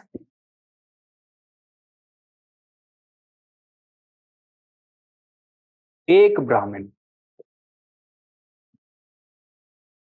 और एका ब्राह्मण, meaning the peerless Brahmin.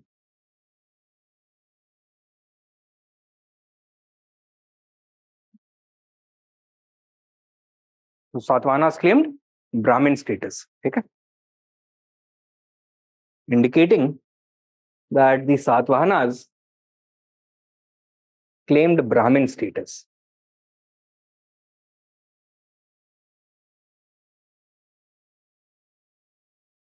Were they even Aryans? No, they belonged to the region of Deccan. They were non-Aryans. Write down, even though Brahmin status, even though they were non-Aryans,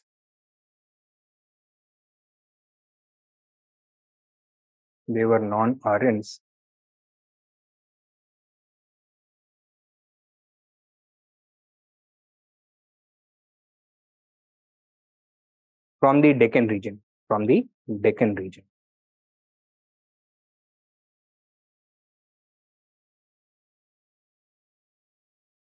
Next point लिखो. Main point. Satavahan territory was further expanded to the regions of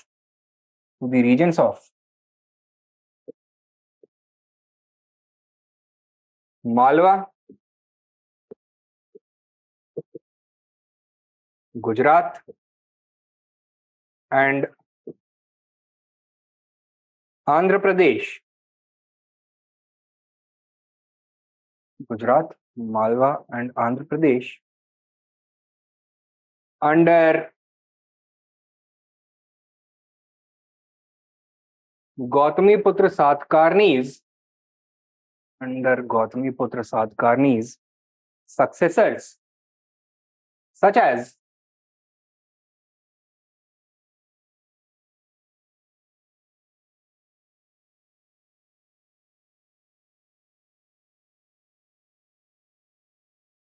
Vaishishtiputra Satkarni and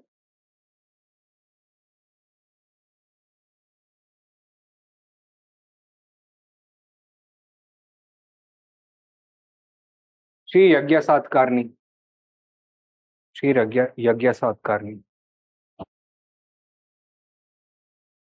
Right? Now, you remember the Shaka ruler, Western Kshatrapa Rudradaman? He was a contemporary of Vaishishtiputra Satkarni. Now, Vaishishtiputra Satkarni and he fought a war and entered into a peace agreement. And under that peace agreement, the Shaka ruler agreed to marry one of his daughters to Vaishishtiputra Satkarni, thus forming a matrimonial alliance. However, soon after this, Vaishishtiputra Satkarni would perish. And taking advantage of the political chaos at Pratishthan, Rudradaman would take advantage and conquer a lot of Satavahan territory. Okay? So Malwa वाले region में then upper Deccan वाले region का जो area है, all this was taken by Rudradaman. Then the situation would finally only be reversed with the emergence of Sri Yagya Satkarni, who would retake all the lost territory and gain further territory. ठीक है? Vaishishtiputra Satkarni and Sri Yagya Satkarni. Full stop. Sub point लिखो. They introduced canal irrigation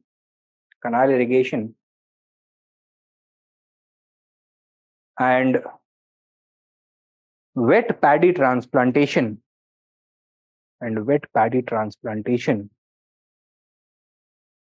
in the Krishna Godavari Delta.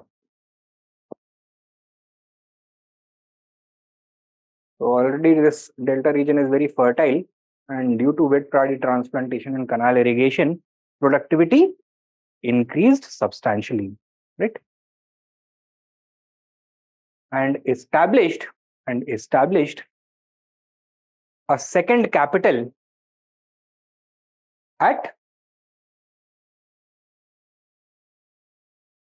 Amravati, which was also known as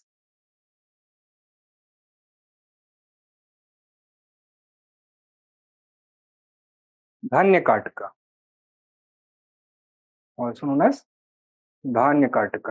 Okay? That is the rice bowl. Right? Next main point likho. The Satavahanas were the only prominent ruling group to use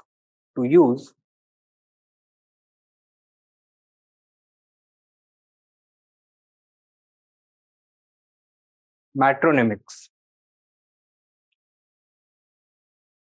What are matronyms? Name of the son would be after his mother. Son of Gautami Balasri, Gautami Putra. Son of Vaishishti Putra, etc. Okay? Why was this? Why do you think they were using matronyms? Was this a convention among Brahmins, among Aryans? No, but it may have been a convention of the tribal groups living in the region of Deccan. Write down. This was probably due to their tribal Deccani lineage. Tribal Deccani lineage. Full stop. Next sub point or next main point लिखो. Now, this was a new ruling group, non-Aryan background से थे, and they were claiming Brahmin status.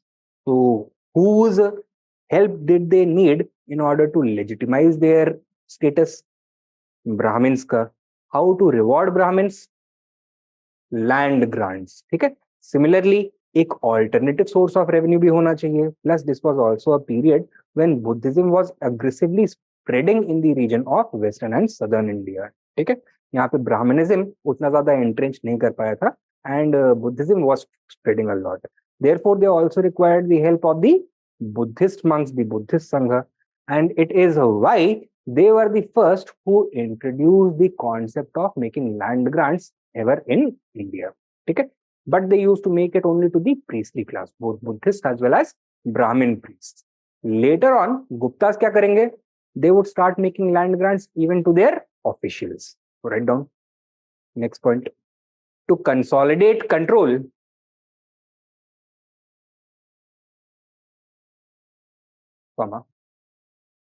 expand agriculture, and legitimize their rule,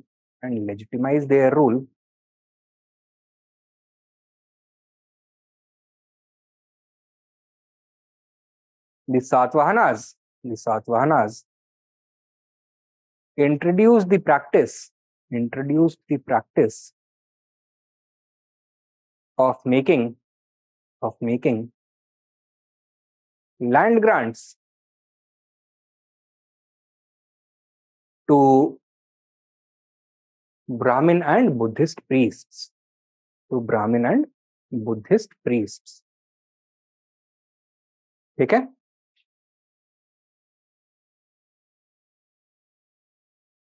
ये हो गया डेक्कन और central India का situation. Then Odisha and eastern coast. What do we see? Over here, we see the emergence of the Chedi kingdom or the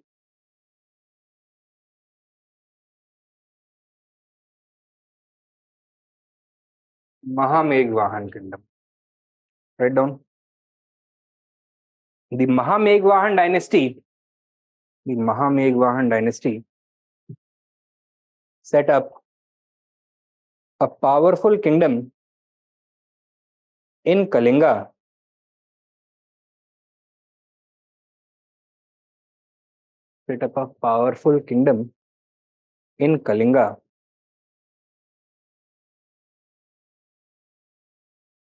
With its capital at Tosali.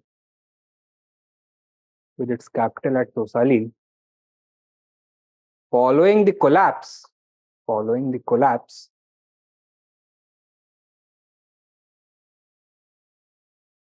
of Mauryan authority. Full stop.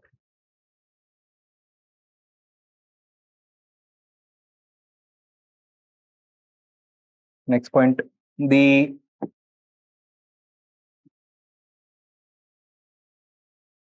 Hathi Gumfa inscription.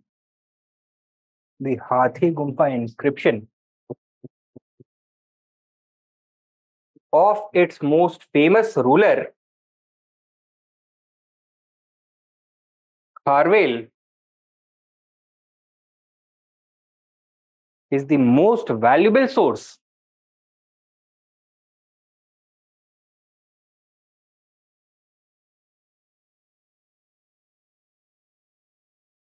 about the Chedi kingdom.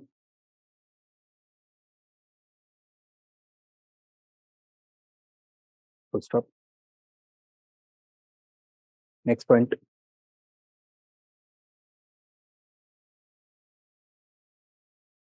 It is a panegyric. It is a panegyric inscription that talks about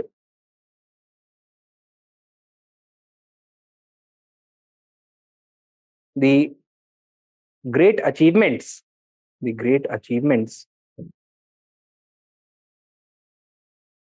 of Kharvel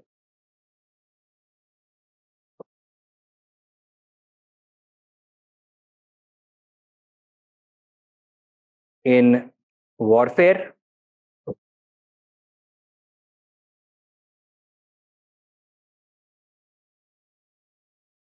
culture, and welfare. Full stop.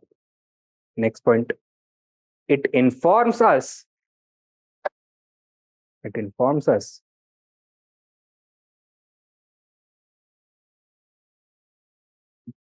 that he successfully invaded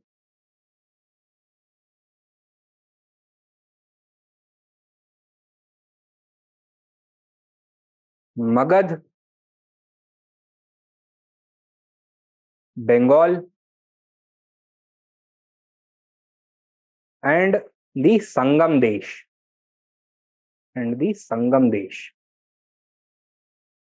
That is Deep South. Thus establishing complete control over the eastern coast.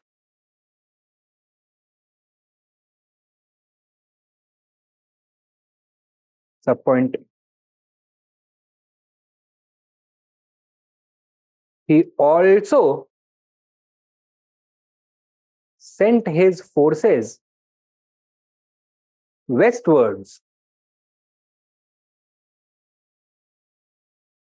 but we are uncertain about the outcome of this expedition. Right? Without worrying about the rage of the Lord of the Satavahanas, he sent his forces to assist the Kshatriya rulers of Gujarat and Rajasthan against the Yavanas. So, वो याद है सातवाहन गौतमी पुत्र Satakarni. But we are not certain about the outcome of this conflict. क्या लिखा है? Outcome of this conflict, outcome of this expedition.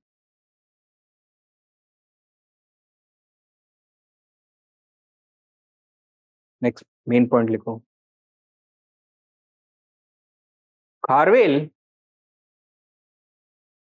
was a great patron of Jainism,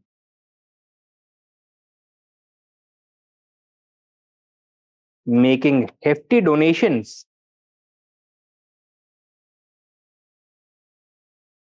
to Jain monks.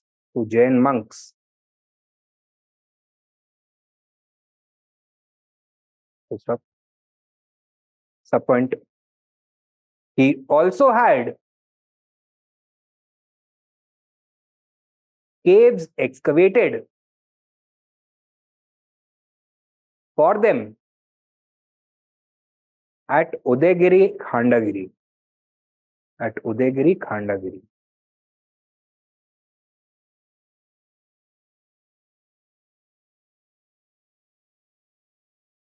Full stop.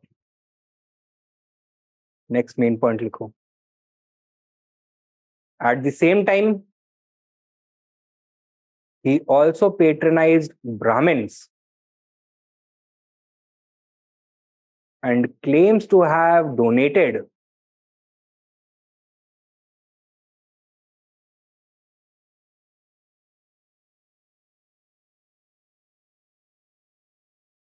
a silver kalpa. Kalpa means tree. Kalpa to them.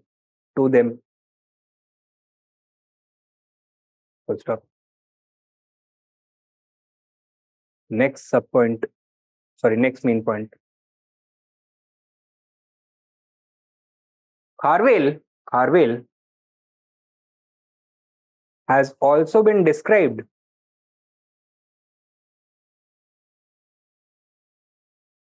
as a great musician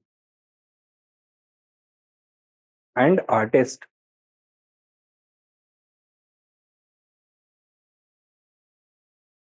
who heavily patronized dance, music, painting, literature, education, etc.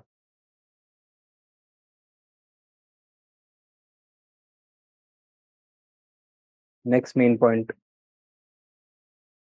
He also claims to have expanded irrigation facilities by digging canals and wells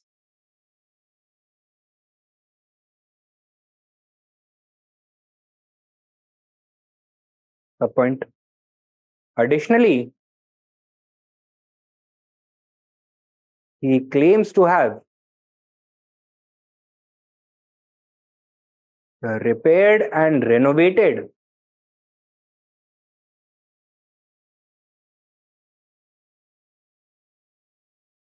public infrastructure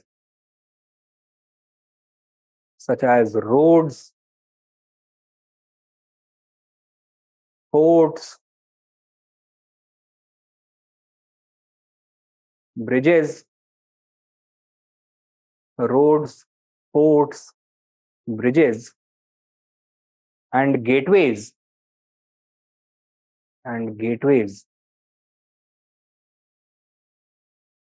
in and outside his capital.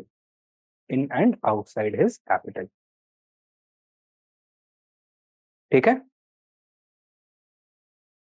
So we have seen the developments in eastern coast. Kharwal was able to expand the influence of Kalinga across the whole of the eastern coast, and he also tried to expand westward, yet we are uncertain कितना successful हुआ ये. ठीक है? Next region, last वाला बचा है the deep south.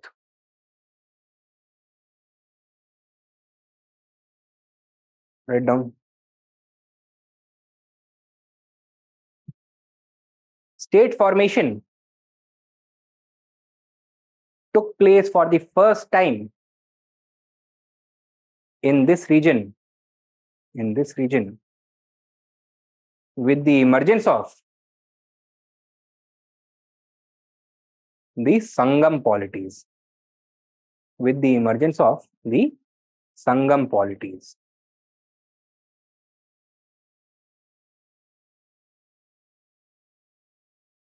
Did any full-fledged state exist over here before this period? No. But we do get some kind of pre-state polities from Ashokan edicts, right? In which edict does Ashoka talk about foreign regions and cultures which are outside Mauryan territory? The 13th Major Rock Edict. Write down. The 13th Major Rock Edict talks about the tribal polities of the south. Namely, it talks about 4 of them. Kerala Putras,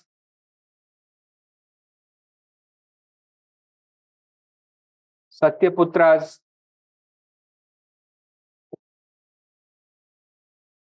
Cholas, and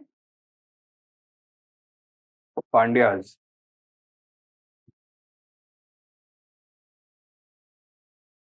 next main point लिखो,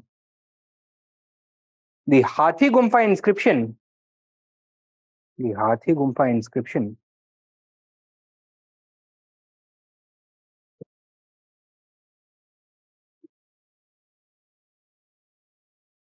talks about the three monarchical kingdoms of the Cheras, Cholas and Pandyas. Satyaputras खत्म हो गए थे, they must have been absorbed by the others. Cheras in Sangam literature are also referred to as Kerala Putras, and Cholas and Pandyas along with the Cheras transformed from pre-state tribal polities into full-fledged monarchical kingdoms. ठीक है, write down next और सब point लिखो. It appears that state formation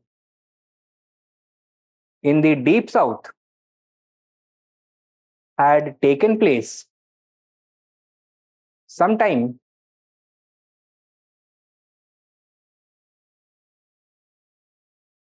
in the 2nd century BCE. In the 2nd century BCE. ठीक है, so some point after the 13th major orc period was inscribed and before the Hathi Gumpa inscription was inscribed. Clear? Next main point लिखो. However, recent archaeological excavations at Kilazi or Kiladi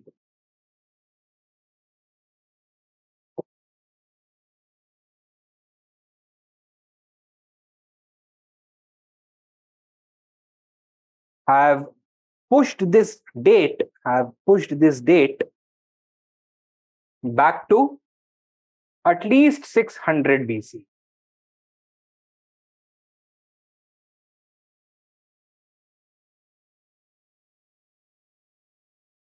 Full stop. This site, subpoint quickly, this site located in the Vaigai River Valley. Vaigai is the river that flows through Madurai. ठीक है? In the Vaigai River Valley exhibits the signs of full-fledged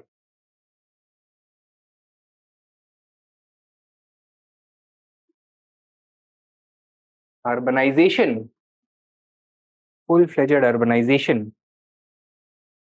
as early as 600 BC. As early as 600 BC.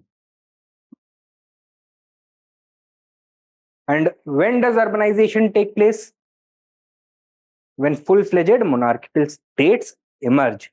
The same took place during the Mahajanpad period. तो महाजनपद period में भी यहाँ पे ही Mahajanapada started emerging and cities also started emerging. Earlier belief क्या था? That second urbanization started in North India in the Ganga Yamuna Valley and then traveled southwards gradually. And by 200 BCE, the critical conditions necessary for state formation and urbanization appeared in the deep south. However, now this entire framework has been challenged. Major challenge दिया है किलाड़ी में जो discoveries हुई हैं. ठीक है? Next point लिखो. Next main point. As such, the emergence of monarchical states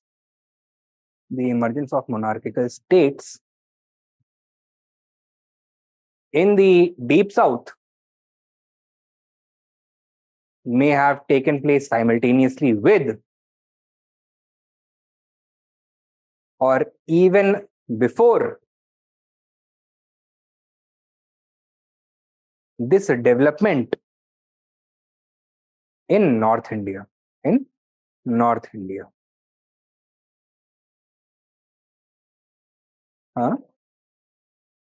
may have taken place simultaneously with or even before this development in North India. In North India. कौन से 3 पॉलिटीज इमर्ज हुए? Cheras, Cholas, Pandyas, map कल बनाया था, याद है ना वो? चेरास का कैपिटल, वंजी चोलास का, उरैयूर पांड्यास का, मदुरई इंपॉर्टेंट पोर्ट तीनों के बताओ, मुजरिस, कोरकाई और पुहार, राइट? देन आगे लिखो. हाँ, next main point. The 3 Sangam kingdoms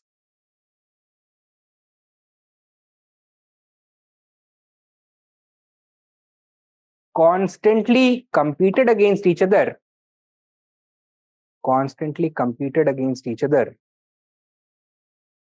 for supremacy.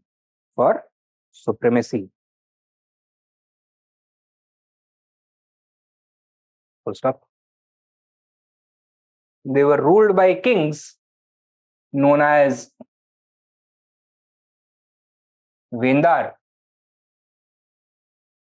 Ruled by kings known as Vendar. Full stop. However, royal centralization does not appear to be absolute.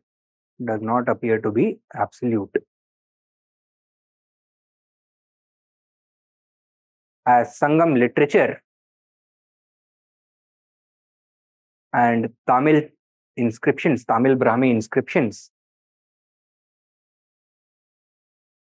Sangam literature and Tamil Brahmi inscriptions of this period also refer to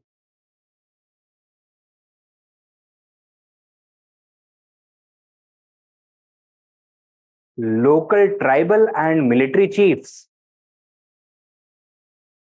known as Velir.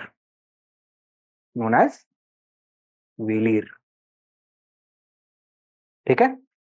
तो process of state formation अभी चल रहा था, पूरा complete नहीं हुआ था. So similar situation as the Shakas was present over here. Tribal background से आते थे, power was distributed, one tribe, many lands. Then several tribes also existed. Many of them fought each other. Many were completely destroyed. Others were absorbed. तो कुछ reciprocal relationship emerge होगा between the elites of both groups, right? Some rights and privileges would have to be transferred. तो इस period का एक unique feature देखने के लिए मिलेगा that among the Satavahanas also. So for example, Satavahanas के भी military governors होंगे known as Gomilkas. Among the Shakas also, Kshatrapas. Among the Indo-Greeks also, Satraps. Among the Kushanas also, Satrapas and Samantas. And in the Sangam polity also, these Velirs are going to exist. So a more decentralized nature of kingship, of control as compared to Mauryan period is going to be visible over here. And उसके कई सारे factors होंगे which we are going to discuss in tomorrow's lecture. इतना समझ में आया है? This was the political scenario in the post-Mauryan age across India. Political expansion कैसे हुआ इन सब का, emergence कैसे हुआ, this we have discussed. Now what do we need to see? What were the administrative, economic, social and religious changes that took place during the post-Mauryan period in different parts of India. ठीक है? So ये हम कल discuss करते हैं. Alright? Any doubts?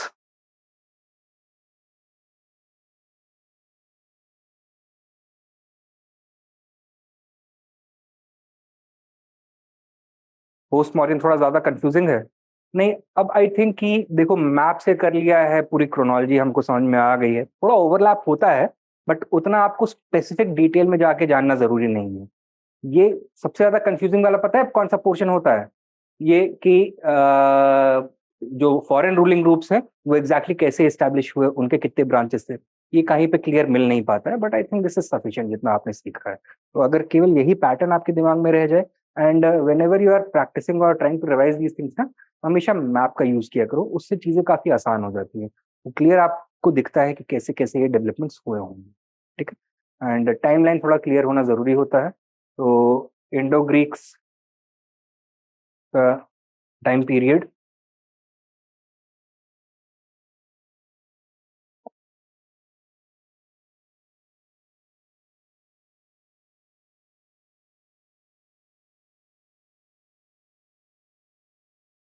Second century BC to first century CE. Shakas का first century BC to, let us से,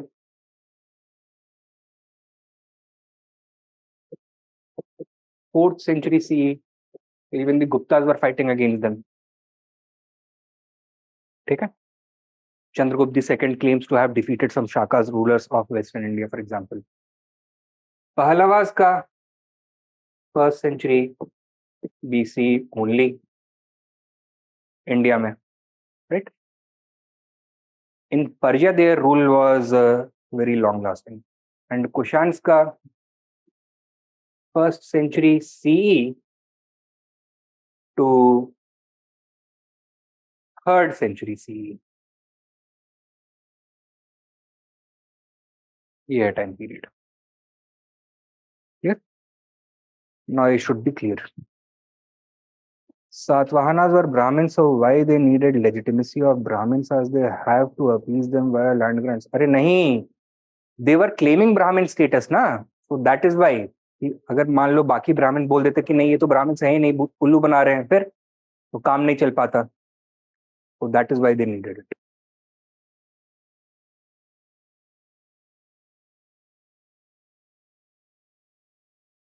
slides के पीडीएफ ठीक है, मैं भिजवा देता हूँ। ऑलराइट, चलिए दिन, thank you for your time, कल मिलते हैं।